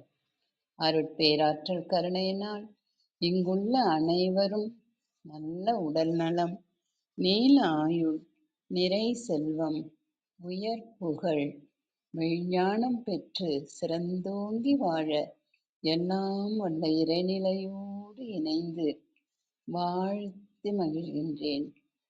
வாழ்க வளமுடன், வாழ்க வளமுடன், வாழ்க வளமுடன். அருட்பேராற்றலே பக்கத்துணையாகவும் பக்க பலமாகவும் இருந்து வழி நடத்துவாராக. மகரிஷி அவங்களே உங்களை எல்லாம் வாழ்த்திருக்காங்க. நன்றிகள் அம்மா. இன்னைக்கு ஐயா கர்டோசா ஐயா அவங்க நமக்கெல்லாம் நிறைய சரோஜினி நாயுடு அம்மா அவங்கள பத்தி நிறைய கருத்துக்களை பகிர்ந்து நம்ம எல்லாம் திக்குமுக்காட வச்சுட்டாங்கன்னே சொல்லணும். அவ்வளோ பெரிய சாதனைகள் அம்மா செய்திருக்காங்க. அதையெல்லாம் ஐயா சொல்லும் பொழுதுதான் நமக்கெல்லாம் புரியுது. நான் இப்பதான் தெரிஞ்சுக்கிட்டேன். அந்த மாதிரிதான் எல்லாருமே எல்லாம் படிக்க முடியாது. இந்த மாதிரி சொல்றாங்க அப்படின்னா அவங்க எல்லாம் கற்று தெளிந்து வந்துதான் அந்த அவையில பேசுறாங்க. அதை நம்ம போற்றணும், புகழணுங்கிற காந்திஜியின் இயக்கத்தில் சேர்ந்து நிறைய தொண்டுகளை செய்து சாதனை படைத்திருக்கிறார்கள் சரோஜினி நாயுடு அம்மா அவங்க. அப்புறம் அன்றே பெண்களுக்கு முழு சுதந்திரம் பெற வேண்டும் என்று நிறைய சேவைகள் செய்து சாதனை படைத்திருக்கிறார்கள். அம்மா அன்னைக்கு நினைச்சது பெண்கள் நல்ல முறையில நடத்தப்படணும் அப்படின்னு அன்னைக்கு நினைச்சு அவங்க செய்த அந்த கைங்கரியம்னே சொல்லுவேன். இன்னைக்கு பாருங்க, நம்ம கண் முன்னாடி எத்தனை பெண்கள் எவ்வளவு சாதனைகள். ஆண்கள் செய்யற வேலையெல்லாம் சரிசமமா சரி நிகரா இருந்து எல்லா துறையிலையும் செய்யறத பார்க்கும் பொழுது ரொம்ப சந்தோஷப்படுவேன் நான். அந்த மாதிரி அன்னைக்கு அவங்க நினைச்ச நினைப்பு, அதுக்காக போராடினது, அது எல்லாம் பார்த்தா இன்னைக்கு விளைஞ்சு அது எப்படி நடைமுறைக்கு வந்திருக்கு பாருங்க. நம்ம அதையெல்லாம் நம்ம இந்த காலத்து இளைஞர் சமுதாயம் இதையெல்லாம் எடுத்து உணர்ந்து நம்மளும் அப்படி சமுதாயத்துக்கு செய்யணும், தொண்டு செய்யணும். அந்த அம்மா மறைஞ்சாலும் அவங்களுடைய சாதனைகள் மறையில பாருங்க. அந்த மாதிரி கேட்கறதோட விடக்கூடாது. ஏதோ நம்மளால முடிஞ்சதை செய்வோம் அப்படின்னு ஒவ்வொருத்தரும், ஒவ்வொரு இளைஞரும் இளைஞியும் முன்னுக்கு நிறைய சாதனைகள் செய்யணும். பெற்றோர்கள் எல்லாம் நம்ம தளத்துல இருக்கிறோம். அவங்க எல்லாம் அந்த குழந்தைங்களுக்கு நல்ல கருத்துக்களை அந்த சின்ன வயசுலயே ஊட்டிட்டீங்கன்னா நல்லா வந்துருவாங்க. இது நான் கண்ட உண்மை. அதனால சொல்றேன். இந்த பெண்கள் சொல்ல முடியாதுங்க. பைலட்டா இருக்காங்க, எவ்வளோ வேலை. அதான் பொதுவாக நான் சொல்லிட்டேன். அம்மா அந்த சாதனை படைச்சது வீண் போகலைன்னு தான் சொல்லுவேன். இதையெல்லாம் நம்ம உணர்ந்து இளைய சமுதாயம் செய்யணும்னு நானும் கேட்டுக்கிறேன். ஐயா அவங்க எவ்வளோ ஒரு சாதனையை பற்றி, பெண்மணியை பற்றி, காந்திஜியை பற்றி எப்படிலாம் கஷ்டப்பட்டு ஜெயிலுக்கு போயிருக்காங்க, அந்த ஜெயில்ல இருந்த அந்த தண்டனையை நிறைவேற்ற கூட நான் அந்த பூக்களை பார்த்துட்டு அப்புறம் என்னுடைய இதை செய்யுங்க அப்படின்னு சொல்றாங்க பாருங்களேன். எவ்வளோ பெரிய பெருந்தன்மை. அப்படியே ஒன்று எடுத்து நம்ம உணர்ந்து பார்க்கணும். அப்பதான் நமக்கும் அந்த நம்ம குழந்தைகளும் நல்லா வருவாங்க. அப்படி சொல்லி கொடுக்கணும். நம்ம உணர்ந்துட்டோம் அப்படின்னா நம்மள அறியாமலேயே குழந்தைங்களுக்கு சொல்லி கொடுப்போம். அதை தான் நம்ம இந்த சமுதாயத்துக்கு ஊட்டணும்னு நான் கேட்டுக்கிறேன். ஐயா அவங்க குடும்பமும் குழந்தைகளும் அவருடைய தொண்டும் சிறக்க மனசார நான் வாழ்த்துறேன். ஐயா அவங்க நல்ல உடல் நலம், நீல ஆயுள், நிறை செல்வம், உயர் புகழ், மெஞ்ஞானம் பெற்று சிறந்தோங்கி வாழ வேண்டும். வாழ்க வளமுடன், வாழ்க வளமுடன், வாழ்க வளமுடன். சரோஜினி அம்மா அவங்க மறைஞ்சாலும் அவங்களுடைய ஆன்மா மறைஞ்சிருக்காது. அவங்களையும் நான் மனசார வாழ்த்துறேன். வாழ்க வளமுடன், வாழ்க வளம், வாழ்க. நன்றிகள் அம்மா, நன்றிகள் ஐயா. உங்கள் அன்பான வாழ்த்துக்கும் கருத்துக்களுக்கும் மிக்க நன்றிங்க அம்மா. மஞ்சு பார்கவி வணக்கம், நீங்க பேசலாம். அனைவருக்கும் இனிய காலை வணக்கம். சரித்திரம் படைப்போம். உண்மையிலேயே இன்றொரு சிறப்பான தலைப்பை நமக்காக எடுத்துரைத்துள்ளார்கள் என்றுதான் கூற வேண்டும். சரோஜினி நாயுடு அவர்களின் பிறந்த நாள் ஆன இன்று நமது கவிஞர் கர்டோசா அவர்கள் மிகவும் சிந்தனைக்குரிய தகவல்களை சரோஜினி நாயுடு அவர்களின் வாழ்நாளில் பெண்களுக்காக அந்த 30,000 பெண்கள் முதுகெலும்பு உடைந்து இறந்தார்கள் என்பது உண்மையிலேயே ஒரு பெரிய எண்ணிக்கை தான். அதையெல்லாம் தடுப்பதற்காக அவர்கள் பெற்றெடுத்த 4 குழந்தைகளையும் கூட ஒரு சாராக விட்டுவிட்டு சுதந்திர போராட்டத்திற்காகவும், சுதந்திர போராட்டத்தில் முக்கியமாக பெண் உரிமைக்காக போராடிய ஒரு மனிதி சரோஜினி நாயுடு அவர்கள். அவர்கள் அந்த காலத்திலேயே மெட்ரிகுலேஷன் கல்வியில் படித்துள்ளார்கள் என்பதெல்லாம் அவர்கள் கிடைத்த ஒரு பாக்கியமாகவே நாம் கருத வேண்டும். லண்டன் சென்று அப்போதே நிறைய PhD வரை படித்து பட்டம் பெற்று உள்ளார்கள் என்பது இன்று நமக்கு ஒரு உத்வேகத்தை அளிக்கிறது. நாம் ஒவ்வொருவரும் அது போன்ற நம்முடைய துறையில் சிறந்து விளங்க முயற்சி செய்வோம் என்ற ஒரு உத்வேகம் இன்று நமக்குள் ஏற்பட்டது. இதனை நமக்காக அழகாக எடுத்து கூறிய கர்டோசா தோழர் அவர்களுக்கும், இதனை இங்கு ஏற்பாடு செய்த தோழி கற்பகவல்லி மற்றும் ஆரோக்கிய பிரிட்டா அனைவருக்கும் மனமார்ந்த வாழ்த்துக்கள். இன்றைய நாள் இனிய நாளாக அனைவருக்கும் அமையட்டும். நமது விஜயகுமாரி அம்மா கூறியதைப் போல சரோஜினி நாயுடு இன்றும் நம்மோடு வாழ்ந்து கொண்டுதான் இருக்கிறார்கள். சாகாவரம் பெற்றவர்களில் சரோஜினி நாயுடும் ஒருவர் என்று நான் கருதுகிறேன். வாய்ப்பிற்கு நன்றி கூறி இந்த தலைப்பினை மிகவும் தேவையான தலைப்பாக பகிர்ந்து கொள்கிறேன். என்னுடைய மனதில் பதிய வைத்துக் கொள்கிறேன். நன்றி. நன்றி. உங்கள் அன்பான வாழ்த்துக்கும் கருத்துக்களுக்கும் மிக்க நன்றி. ரேவதி வணக்கம், நீங்க பேசலாம்.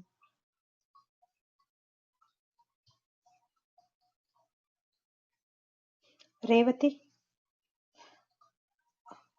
வெங்கட்ராமன் ஐயா வணக்கம், நீங்க பேசலாம். வணக்கம். மணற்கேணி அப்படின்னு முதல்ல இந்த தளத்திற்கு மிக்க நன்றி. சரித்திரம் படிப்போம் அப்படின்னு. ஸோ இதுல சரித்திரம் படித்தவர்கள் இதுல பேசும்போது இன்னைக்கு சரித்திரம் அப்படின்னாலே நிறைய பேருக்கு தூக்கம் வரும் அப்படின்னு ஒரு மனப்பாங்கு மாணவர்களிடையே இருக்குன்றது ரொம்ப வருத்தக்கூடிய விஷயமா இருந்தாலும் இது போன்ற தளங்கள் அதை மீட்டெடுக்கின்றன அப்படிங்கிறது கண்டிப்பா மறுக்க முடியாத உண்மை. முதல்ல இன்னைக்கு இல்லையா இந்த தளத்துல ரொம்ப அழகா இந்த தளத்தை ஏற்பாடு செஞ்சு இன்னைக்கு கவிஞர் கர்டோசா அவர்கள் ரொம்ப அருமையான தலைப்புகள்ல ரொம்ப அருமையா ஒரு 50 நிமிடங்கள், நான் அதான் இதுல சாட்ல போட்டிருந்தேன், 50 நிமிடங்கள் அப்படின்றது என்னால இங்க அந்த பக்கம் நகர முடியல. ஒரு 4 போன் கால் இருந்துச்சு. அத்தனை போன் காலையும் ரிஜெக்ட் பண்ணிட்டு என்ன தகவல் சொல்றாரு அப்படின்றது என்னுடைய சிறு வயது முதலே நம்ம இந்த கவிக்குயில் அப்படின்னு சொல்லக்கூடிய சரோஜினி நாயுடு அவர்களை பத்தி பள்ளி பருவத்துல நம்ம படிச்சிருக்கோம். இவங்களை பத்தினா ஒரு பாட்டு வந்து ஒரு போம் அப்படின்னு சொல்லுவாங்க. போயம் சொல்லக்கூடாது, போம் அப்படின்னு சொல்லணும் அப்படின்னு சொல்லி இவங்க வந்து படிச்சதுக்கு அப்புறம் தான் எனக்கு தெரிஞ்சது. அதுதான் ஒரு தகவல் இங்க.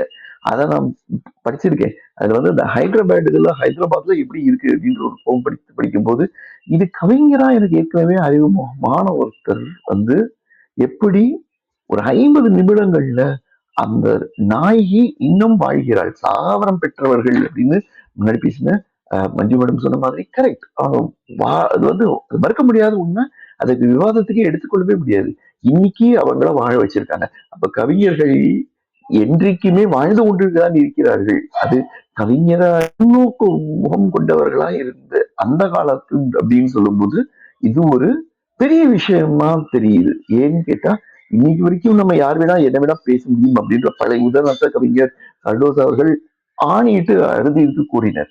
கரெக்ட் தான். இன்னைக்கு வந்து பெண்கள் வந்து இன்னும் முன்னேறல அப்படின்றது பேசினாலும் அன்னைக்கு இருந்த சூழ்நிலையில அந்த இடத்துல உடைச்சிட்டு வந்து பெரிய விஷயமா இருக்கு. அன்னைக்கு பாரதி பாடுறார் 30 கோடி முகமுடையாள் அப்படின்னு பாடுறாங்க. அதுல 30,000 பெண்கள் முதுகெலும்பு இல்லாம இறந்து போறாங்கன்றது எவ்வளவு பெரிய பெர்சன்டேஜ் நம்பரா நான் பாக்குறேன். அதே மாதிரி இன்னைக்கு அவங்களுடைய குழந்தைகளோடு இருக்கும்போது ஒரு தலைவியா அந்த உயரத்திற்கு சென்று மிளிர்ந்து கொண்டிருக்கிறவர் அப்படின்னா என்ன விஷயங்கள் எதை பத்தி சொல்றதுன்னே தெரியல. அவங்க 5 குழந்தைகளுக்கு தாய் அப்படின்னு சொல்லி நான் சின்ன வயசுல இருந்தே படிச்சிருக்கேன். கவிஞர் 4 அதை பத்தின எனக்கு தகவல் எனக்கு சரியா தெரியல. சோ அவங்க அந்த தாய்மையை அடைந்த இத்தனை உயரத்திற்கும் சென்று தொடர்ந்து பணியாற்றி கொண்டு இருப்பது வந்து லேசுப்பட்ட விஷயமா இன்னைக்கு தெரியல. இன்னைக்கு வந்து பெண்களுக்கு எவ்வளவு தூரம் வாய்ப்புகள் கிடைக்கின்றன என்ன பேசிட்டு இருக்க காலத்துல உயரத்திற்கே சென்றவர் அப்படின்னு அதுதான். அவருடைய கவிஞர்கள் எல்லாத்தையுமே நம்ம இன்னைக்கு திருப்பி பார்க்க வேண்டிய ஒரு சூழ்நிலையில நம்ம இருக்கோம் அப்படின்றத இன்னைக்கு எனக்கு மனசுல வச்சு வச்சிருக்காரு. எப்படி நம்ம சுதந்திரத்துக்காக இன்னைக்கு நம்ம எல்லாரும் பேசக்கூடிய ஒரு விஷயம் என்ன அப்படின்னா யாரை கேட்டாலும் இந்த டிப்ரெஷன் அப்படின்றது சொல்றாங்க. ஆங்ஸைட்டி, டிப்ரெஷன் அப்படின்ற இந்த வார்த்தைகள் ரொம்ப காமனா இன்னைக்கு ரொம்ப பரவலா பேசுறாங்க. அந்த விஷயத்துல இருந்து எப்படி வெளியில வர முடியும் அப்படின்றத ரொம்ப அழகா அவங்க இன்னைக்கு இந்த கவிஞர் மூலமா நம்ம தெரிஞ்சுக்கிட்டோம்.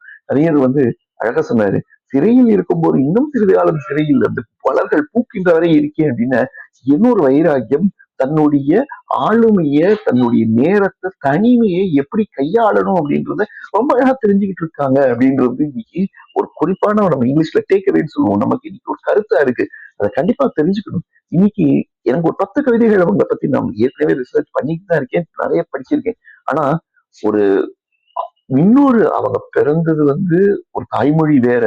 ஆனா இன்னொரு இதுல ஒரு இது எழுதணும், ஆளுமை எழுதணும் அப்படின்னு அவங்க வந்து அதை ஒத்துக்கணும். அதுதான் முக்கியமான விஷயம். அதை வந்து இல்ல இன்னைக்கு இந்த கவிஞர் வந்து அவ்வளவு அழகா பண்ணியிருக்காங்க. அடுத்தது பொலிட்டிக்கல் ஃப்ரண்ட்ல பார்க்கும்போது அரசியல் தளத்துல மிக மிக உயரிய பதவியான அன்னைக்கு அம்பேத்கர் இருக்கட்டும், இல்ல நம்ம நம்ம நேதாஜி சுபாஷ் சந்திர போஸோட மாற்று கருத்தோட ஏற்கும் போது காந்தியோட அவங்க சண்டை போடாம அவங்க தங்களோட தலைமைய வந்து இல்லையா விட்டு கொடுத்துட்டு போனாங்க. அதைத்தான் நான் அப்படி பாக்குறேன். அந்த மாதிரி ஒரு இதுல அவங்களோட இணைந்து அவரோட பாதையில தொடர்ந்து பயணிக்கிறாரு அப்படின்னா என்ன ஒரு பெரிய ஒரு லட்சியவாதியா இருந்திருக்கணும் இந்த பெண்மணி அப்படிங்கிறது தான் தெரியுது. ரொம்ப அருமையான விஷயங்கள் நிறைய இது இருக்கு.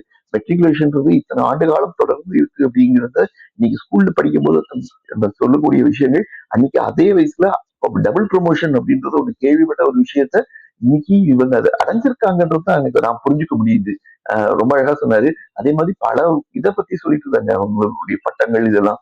ஓ நமக்கு வந்து இல்லையா ஒரு பட்டம் வாங்குறதே அந்த பட்டத்துக்கே நம்ம காத்தாடி மாதிரி இல்ல பட்டத்துக்கு பறக்க வேண்டிய இந்த காலகட்டத்துல இத்தனை பட்டங்களும் இத்தனை இதுகளையும் எடுத்துக்கொண்டு அதே மாதிரி கவிஞர் கோல்டாஸ் அவர்கள் ஏன்னா படித்தவருக்கு தான் சென்ற இடமெல்லாம் தெரியும். படித்தவர்களால் மட்டும்தான் இன்னொரு படித்தவரை பத்தி தெரிஞ்சுக்க முடியும் அப்படின்றதான் நான் பாக்குறேன். அந்த இதுல பூவோடு சேர்ந்து நானும் நானும் இதுல ஒட்டிக்கிட்டு இருக்கேன் அப்படின்றத நான் சொல்ல முடியும். ரொம்ப அழகான விஷயங்கள் பல தகவல்கள் இன்றைய இதை வந்து ஒரே இதுல நம்ம கேட்டா புரியாது. திருப்பி ரீப்ளேஸ இன்னொரு 3 தடவை கேட்டாதான் எனக்கு கவிஞர் என்ன சொல்ல வராரு, அந்த கவிஞரை பத்தி என்ன சொல்லியிருக்காருன்றது புரிஞ்சுக்க முடியும் அப்படின்னு. நாங்கெல்லாம் வந்து எப்படின்னு கேட்டா வாழை மரம் மாதிரி. ஆனா புகைஞ்சுக்கிட்டே இருப்போம். கண்டிப்பா நாங்க இந்த புகையை பல இடத்துக்கு பரப்புவோம் அப்படின்றதுல நான் உங்களுக்கு உறுதி கொடுக்கிறேன். இதை வந்து இல்ல கண்டிப்பா இந்த தளத்தை நானும் என்னோட முடிந்த அளவுக்கு நானும் பரப்புறேன். ரொம்ப அருமையான இந்த தலைப்பு, இந்த வாரத்துக்கான தலைப்பு மலர்கேணி. ரொம்ப அருமையான தலைப்பு. பெயர் வைத்து யாரும் வச்சாங்கன்னு எனக்கு இன்னும் தெரியல. நான் இந்த தளத்திற்கு 2வது நாளாக தான் பேசியிருக்கேன். ரொம்ப அருமையான விஷயங்களை பல இதுல பல கோணத்துல கொடுத்தாங்க. கண்டிப்பா இது இணைந்திருக்கக்கூடிய ஒரு தளம். இணைந்திருப்போம், இணைந்திடுவோம். நன்றி. வாய்ப்புக்கு நன்றி. உங்கள் அன்பான வாழ்த்துக்கும் கருத்துக்களுக்கும் மிக்க நன்றி. ரேவதி வணக்கம், நீங்க பேசலாம். அனைவருக்கும் மிக இளைய தகவல் சரோஜினி நாயுடு அம்மையார் அவர்களை பத்தி நிறைய பகிர்ந்துக்கிட்டாங்க கார்ட்டூஸ் ஐயா. அதுல ஒவ்வொரு விஷயமே நம்மளுக்கு இதெல்லாம் சரித்திரத்துல படிச்சாலும் கிடைக்காத விஷயங்களா இருந்தது. அவங்க சிறைக்கு போனதாகட்டும், அந்த காலத்திலேயே யாரும் பள்ளிக்கு செல்லாத காலத்திலேயே மெட்ரிக் பள்ளியில தேர்வானது, அது மாதிரி நிறைய விஷயங்கள் பகிர்ந்துக்கிட்டாங்க. அதே போல தான் வளர்த்த அந்த செடியில இருந்து மலர் வர்ற வரைக்கும் வெயிட் பண்ணிட்டு இருக்குன்னு அனுமதி வாங்கி இந்த மாதிரி நிறைய விஷயங்கள் பகிர்ந்துக்கிட்டாங்க. அதே போல நம்ம வாழ்க்கையில நம்மளுடைய சுதந்திரத்துக்கு முன்னாடி எந்த அளவுக்கு ஒரு வாழ்க்கை இருந்தது அப்படிங்கிறதையும் இங்க ஒரு படமாவே தெரிஞ்சது. அந்த அளவுக்கு அவருக்கு சிரமப்பட்டது, அந்த மாதிரி நிறைய விஷயங்கள் இன்னைக்கு கத்துக்கிட்டுதான் இருந்தது. மிக்க நன்றி கண்டத்தையா, மிக்க நன்றி. உங்கள் அன்பான வாழ்த்துக்கும் கருத்துக்களுக்கும் மிக்க நன்றி. விந்திய கௌரி அம்மா வணக்கம், நீங்க பேசலாம். அனைவருக்கும் வணக்கம். சரித்திரம் படைத்தவர்கள்ல சிலர் ரொம்ப அருமையா ஐயா எடுத்துரைத்தார்கள். சரோஜினி நாயுடு அம்மாவோட சொல்லி முடியாது, அவ்வளோ பண்ணியிருக்காங்க. அன்றைய காலத்திலேயே பெண்ணு புரட்சியா இருந்தத நம்மளால உணர முடியுது. ஐயா ரொம்ப நல்லா உணர்வு பூர்வமா நிதானமா நல்லா எடுத்துரைத்தார்கள். இந்த ஆளுமை நிறைந்த சுதந்திரத்துக்காக போராடிய இவங்களை பத்தி நாம தெரிஞ்சுக்கிறது மேலும் மேலும் நம்மளையும் நல்ல வழிக்கு அழைத்து செல்லும். மற்றவர்களுக்கும் நம்ம நல்லதை கற்றுக் கொடுப்போம். ஐயா நம்ம தளத்துல தொடர்ந்து வரணும். சுதந்திரத்துக்காக பாடுபட்ட பலருடைய புதிய நாம் அறியாத செயல்களை எல்லாம் ஐயா தொடர்ந்து எடுத்துரைத்தால் நலம் பயக்கும். ஐயா, உங்களுக்கு வாழ்த்துக்கள், நன்றிகள், பாராட்டுக்கள் ஐயா. உங்கள் அன்பான வாழ்த்துக்கும் கருத்துக்களுக்கும் மிக்க நன்றி. ராமச்சந்திரன் ஐயா வணக்கம், நீங்க பேசலாம். அம்மா வணக்கம். சரித்திரம் படைப்பும் தளத்தின் அன்பு உறவுகள் அனைவருக்கும் இனிய காலை வணக்கம். இன்றைய காலை பொழுதில் ஐயா கவிஞர் கர்டோசா அவர்கள் கவிக்குயில் அன்னை சரோஜினி நாயுடு பற்றிய அற்புதமான தகவல்கள் எல்லாம் நமக்கு அளித்து சென்றார். இப்படிப்பட்ட ஒரு பெண் கல்வி மறுக்கப்பட்ட காலகட்டத்தில் இந்திய தேசிய காங்கிரசின் தலைமை பொறுப்பை ஏற்று நம் இந்திய சுதந்திர போராட்டத்தை வழிநடத்தியதாக புதிய தகவல்களை எல்லாம் நாம் ஐயா அவர்கள் மூலமாக தெரிந்து கொள்ள முடிந்தது. இப்படி பெண்கள் நாட்டின் கண்கள் என்று சொல்லக்கூடிய அந்த வரிகளுக்கு ஏற்ப இப்படியெல்லாம் பல தியாகங்களை செய்து நாம் இன்று சுதந்திரமாக எல்லா விஷயங்களையும் இப்பொழுது பேசிக் கொண்டிருக்கின்றோம். அதற்கெல்லாம் காரணமான பெண் ஆளுமைகள் எவ்வளவு பேர் இருந்திருக்கிறார்கள் என்பதை வெளியுலகிற்கு கொண்டு வந்ததற்கு ஐயா அவர்களுக்கு மீண்டும் ஒரு முறை நன்றி. மேலும் இந்த தளத்தில் நாம் எதிர்பார்த்தது இதேதான். நாம் அதிகமாக பெண் ஆளுமைகளை பற்றி பேசுவது குறைவாக இருக்கிறது. நமக்கு எண்ணம் அப்படிதான், பெண் ஆளுமை அவங்களுடைய திறமைகளை வெளிக்கொண்டு வந்து பேச வேண்டும் என்பது. அந்த வகையிலே இன்று ஐயா அவர்கள் நான் நினைத்ததை பேசியிருக்கிற ரொம்ப மகிழ்ச்சி. அடுத்த நிகழ்வில் இந்தியாவினுடைய முதல் பெண் ஆசிரியர் என்று அறியப்பட்ட சாவித்திரிபாய் பூலே அவர்களை பற்றியும், முதல் பெண் மருத்துவர் என்று அறியப்பட்ட டாக்டர் முத்துலட்சுமி அம்மா அவர்களை பற்றியும் ஐயா அவர்கள் அடுத்த நிகழ்வில் எடுத்துரைக்க என்னுடைய ஆவல். அதே போன்று ஐயா அவர்களை நான் பல வருடங்களாக அறிவேன். மிகவும் அதாவது இந்த சமூகத்திற்கு சேவையாற்றி கொண்டிருக்கின்ற மிகவும் அற்புதமான ஒரு மனிதர். 2 பிள்ளைகளை ஒரு நல்ல மருத்துவராக இந்த சமூகத்திற்கு அளித்திருக்கிறார். ஐயா அவர்களுக்கு மீண்டும் ஒரு முறை நன்றியும், இதே போன்று அவர்கள் சேவை தொடர வேண்டும் என்றும் கூறிக்கொள்கிறேன்.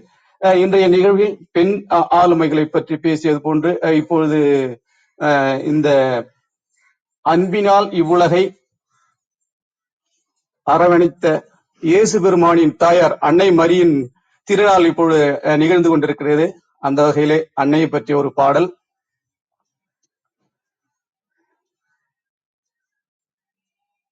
மாதாவுன் கோவிலில்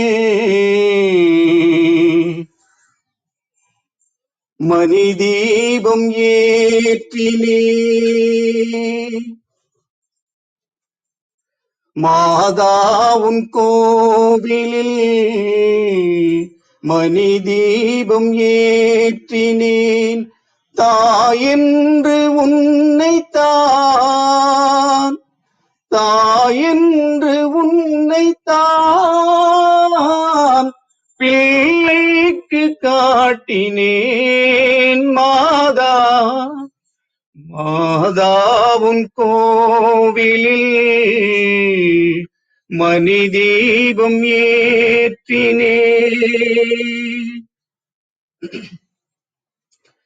மேய்ப்பன் இல்லாத மந்தை வழி மாறுமே, மேய்ப்பன் இல்லாத மந்தை வழி மாறுமே, மேரி உன் ஜோதி கண்டால் விதி மாறுமே, அருள் தரும் திருச்சபை மணியோசை கேட்குதே. மாதா, மாதாவுன் கோவிலில் மணி தீபம் ஏற்றினேன், தாயென்று உன்னைத்தான், தாயென்று உன்னைத்தான் பிள்ளைக்கு காட்டினேன். மாதா, மாதாவுன் கோவிலில் மணி தீபம் ஏற்றினேன். காவல் இல்லாத ஜீவன் கண்ணீரிலே,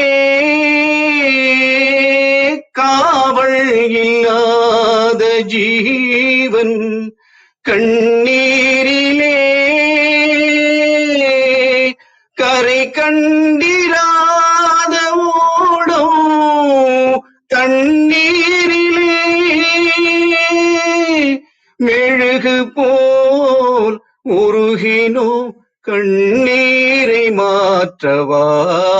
மாதா, மாதாவுன் கோவிலில் மணி தீபம் ஏற்றினேன், மணி தீபம் ஏற்றினேன். நன்றி, வணக்கம். வாழ்க வையகம், வாழ்க வளமுடன். மிக்க நன்றிங்கய்யா. உங்கள் அன்பான வாழ்த்துக்கும் கருத்துக்களுக்கும் மிகவும் அருமையான பாடலுக்கும் மிக்க நன்றி. வேறு யாருக்காவது கருத்துக்கள் இருந்தா பகிரலாம். நன்றி அனைவருக்கும். கவிஞர் கர்டோசா, உங்களுடைய ஏற்புரைக்கான நேரம். உங்கள் நிறைவு கருத்துக்கள் நீங்க பகிர்ந்துக்கலாம். மீண்டுமாக அனைவருக்கும் நன்றி.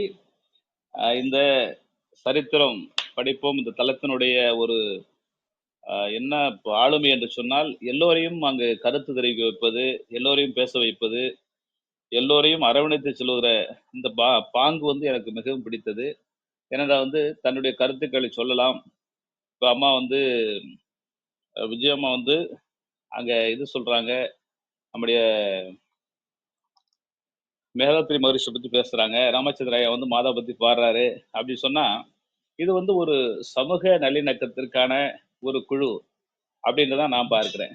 மிக சிறப்பான ஒரு குழுவாக இருக்கிறது. ஏன்னா யாரும் தங்களுடைய கருத்துக்களை சொல்லலாம், சரியான கருத்துக்களை, நேர்மையான கருத்துக்களை இங்கு நேர்மையாக பதிவிடலாம் என்பது வந்து மிகச்சிறிய ஒரு இது ஆளுமை. இதுதான் இந்த ஆளுமை. நான் பிரிட்டாவியா சொல்ற மாதிரி ஒரு ஆளுமை என்று சொல்லுகிற இந்த ஆளுமையை தான் இந்த நிகழ்வுக்கு இந்த பேசிய கற்பூலி அம்மா, விஜயா அம்மா, மஞ்சு பார்கர் அம்மா, ரேவதி அம்மா, ராமச்சந்திரன் ஐயா, வெங்கட்ராமன் ஐயா சொல்றது கரெக்ட் தான். அவங்களுக்கு 5 குழந்தைகள். நான் வந்து எழுதும்போது அதை நான் வந்து விட்டுட்டேன். 4 குழந்தைகள் என்று அதை சொல்லியிருக்கிறேன் அதை வாசிக்கிற போது.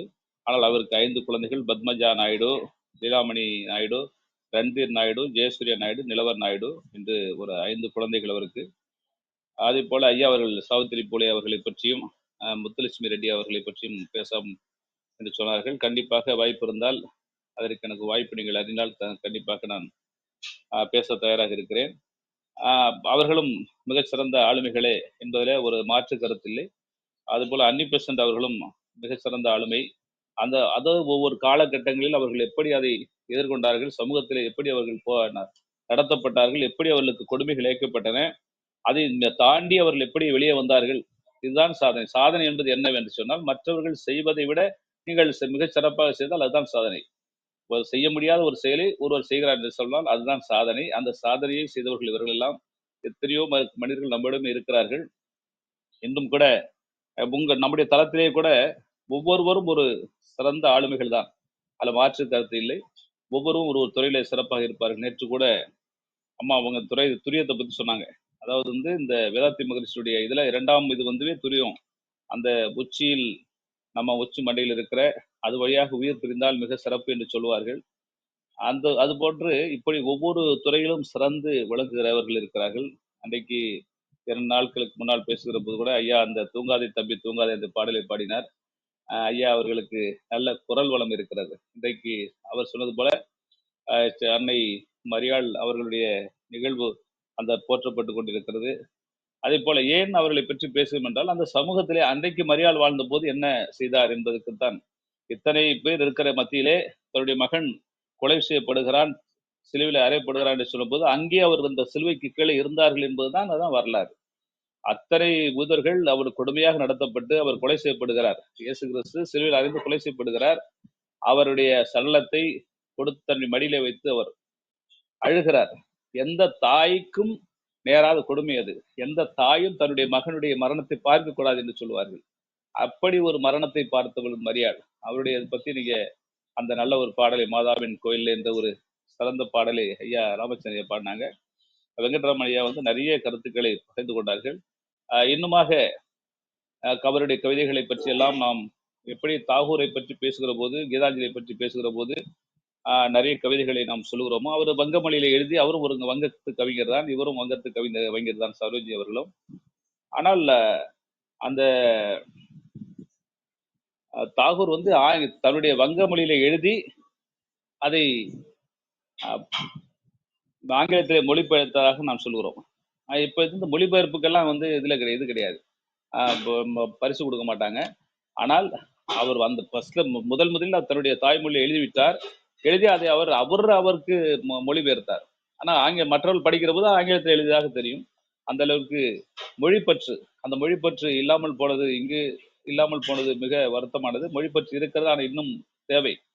இன்னும் தமிழ் பள்ளிகள் அதிகமாக வேண்டும், தமிழ் ஆதிக்கம் அதிகமாக வேண்டும் என்று யோசிக்கிறேன்.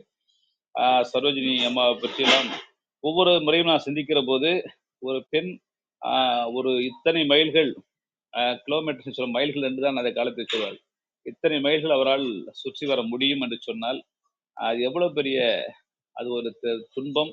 அந்த துன்பத்தை ஒரு இன்பமாக மாற்றி இந்த சமூக நிலையிலே அவர் செய்திருக்கிற அந்த நிறைய பேருக்கு அந்த பெண் கல்வியில அவர் சமரசமே ஆகவில்லைன்னு சொல்றாங்க. பெண் கல்வியை பற்றியும் பெண்களுக்கான அந்த நலன்களை பற்றி அவர் சமரசமே ஆகல. அவர் அதற்காக உழைத்தார் என்று சொல்லுகிறார். அதனால்தான் அவரை நான் திருப்பி மீண்டும் மீண்டுமாக அவரை நான் உயர்த்தி நான் பிடிக்கிறேன், அவரை உயர்வாக நான் மதிக்கிறேன். ஆகவே இந்த தளத்திலே இன்னும் நிறைய பேர் பதிவாக வாழ்த்துக்களை தெரிவித்திருக்கிறீர்கள், நன்றி. நேரம் இருக்கிற நேரத்தில் நான் கொஞ்சம் பயன்படுத்தி கொண்டேன். இந்த வாய்ப்பை நல்கிய சரித்திரம் படைப்பும் குழுவிற்கு, குடும்பத்திற்கு, குழு உறுப்பினர்களுக்கு, அதன் நிர்வாகிகளுக்கு மீண்டுமாக என்னுடைய நன்றியை பதிவு செய்கிறேன். இந்த நாள் இனிய நாளாக அமையட்டும். வாழ்த்துக்கள். மிக்க நன்றி. சரித்திரம் படைத்தவர்கள் அப்படிங்கிற ஒரு புதிய தொடர்ல இன்றைக்கு முதல் நிகழ்வு சரோஜினி நாயுடு அவர்களை பற்றிய, அதுவும் அவர்களுடைய பிறந்த நாள் அன்று நம்ம சிறப்பாக அவர்களை நினைவு கூர்ந்தோம். அந்த வாய்ப்பை கொடுத்த கவிஞர் கர்டோசா அவர்களுக்கு அனைவர் சார்பாகவும் சரித்திரம் படைப்போம் தளம் சார்பாகவும் மனமாற நன்றி தெரிவித்துக் கொள்கிறோம். பேச்சாளர்களாக கலந்து கொண்டு தங்கள் அன்பையும் வாழ்த்துக்களையும் பகிர்ந்து கொண்ட ஒவ்வொருவருக்கும் நன்றி. தொடர்ந்து பொறுமையாக கவனித்துக் கொண்டிருக்கும் அருள் சேவியர் சார், அட்மன், அஜ்மல், சசிகலாமா, புவனா, பவுலின், சர்வஜித், கலாபம், சங்கர், அன்பு சார், செந்தில்குமார் அனைவருக்கும் நன்றி. வெங்கட்ராமன் அவர்கள், awesome speech and so much information we got it. No words to praise you. Thank you for making us to hear your without making us move அப்படின்னு சொல்லியிருக்காரு. கலாபம் சங்கர் அவர்கள், அனைவருக்கும் காலை வணக்கம். உரை அருமை, பயனுள்ளது. ஒரு காலத்தில் நாம் நூலகம் சென்று படிக்க வேண்டும். ஆனால் சரித்திரம் படைக்கும் தளம் நமக்கு வீட்டுக்கே வந்து ஒலி வடிவில் ஒவ்வொரு நாளும் ஒவ்வொரு தலைப்பிலும் ஒலித்துச் செல்கிறது. மிக்க நன்றி அப்படின்னு சொல்லியிருக்காரு. அருள் சேவியர் அவர்கள், நல்வாழ்த்துக்கள் சகோதரர் கர்டோசா. சரோஜினி நாயுடு அம்மையார் பற்றி நிறைய செய்திகள், வரலாறு பதிவுகள், சாதனைகள் குறித்து தகவல்கள் அறிய முடிந்தது. மிக்க நன்றி அப்படின்னு சொல்லியிருக்காரு. அனைவருக்கும் நன்றி. மறு ஒலிபரப்பு வாயிலாக கேட்கவிருக்கும் அனைவருக்கும் நன்றி. மீண்டும் நாளை காலை 6 மணிக்கு அருள் சேவியர் அவர்களின் சிறப்புரையில் அனைவரும் கலந்து கொள்ள வேண்டும் என்று அன்போடு கேட்டுக்கொண்டு விடைபெற்றுக் கொள்கிறோம். அனைவருக்கும் நன்றி, அனைத்திற்கும் நன்றி, ஆண்டவனுக்கும் நன்றி. 5, 4, 3, 2, 1 நன்று.